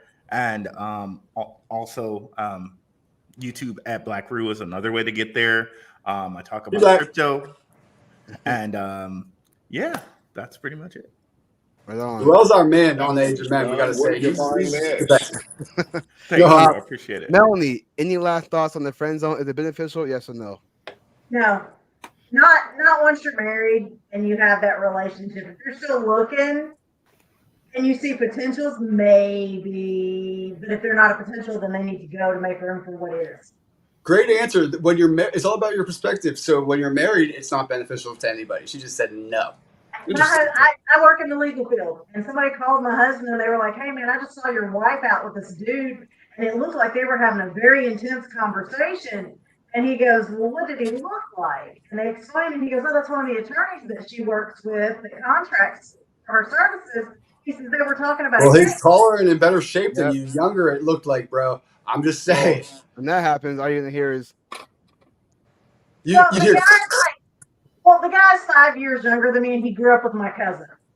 You would hear click, click. Why I oughta. Okay. He knows that with me, I've always got mine. So you know. Great answer. Nice meeting you too, by the way. Quick, thanks for joining Megan, us, don't get me wrong. I love white people. White people are my favorite. White people's rude. Well, the only blue-eyed one in the room said thank you. Okay, so Latin social media, promote that real quick. Just so I don't want my Instagram promoted. Hey, Joyce, that's fair enough. But fine. share hers with me, if you will, so I can DM her, because I got you. You almost too good to be true. Like when you brought up the Jesse Lee Peterson, not all the most stuff. It's like, yeah, all right, yeah, right on. Checking Megan, all the right boxes. Your social media, Megan. You want people to follow you? Yeah, it's just my name tag right here. Okay, and then Melanie, do you have any social media at all? You people follow you at Melanie, or are you no? Yeah, mine's just MelanieWest.unfiltered on Insta, and I make like autism bottles, and because I'm trying to leave the legal field, but I'm kind of helping out like Pico Coalition and some of those people because that's what I do. Well, Melanie, you're welcome to come to my channel too to like promote that if you want. All you are welcome to come, even you, Melanie. I mean, Megan. Sorry. Yeah. Well, we appreciate you guys. Thank you guys for joining us. Latin, Megan, Rel, Melanie, we appreciate you guys for joining us. Definitely great conversation and a lot to talk about. I know we can go on for hours, but I'm sorry that my computer was all messed up. Don't know what happened there. But nonetheless, we appreciate you guys for being here, and we appreciate you guys for watching at home, for chiming in into the chat, and for watching in your house, whatever the case may be. We appreciate you guys for watching. Make sure you guys like this video, share this video, comment below what you guys think about tonight's topic. We do read comments, so please leave the comments and like this video because it definitely helps the algorithm for sure. If you guys want to follow us on all other social media platforms, all the links are down below. If you want to support this channel so we can have better high speed so that Joyce's connection doesn't break down in the middle of mine. Exactly. If you want to support us, links are down below. The Cash App is there. If you guys want to be a guest on the show, you can always email us or you can always DM us on Instagram. So it's all there. Again, we appreciate you guys. God bless. Sean saying Discord after. Maybe for me, I got shit in the woods, Sean. Shameless cheap self promotion. Thank you, Sean. Join my Discord if you got the stuns for it. It's not a safe space. Yeah. So again, we appreciate all you guys. God bless. Take care, and we will see you guys next Sunday, maybe around 2 between Latin and Megan. Yes, that's a cliffhanger, folks. Oh my god. Wait, Latina, are you Mexican? Megan, he just ended the show, hon, please. Yeah, just 1 second. Don't worry. We'll get next week. Same bad time, same bad channel. Till then, take care. God bless, guys. See ya.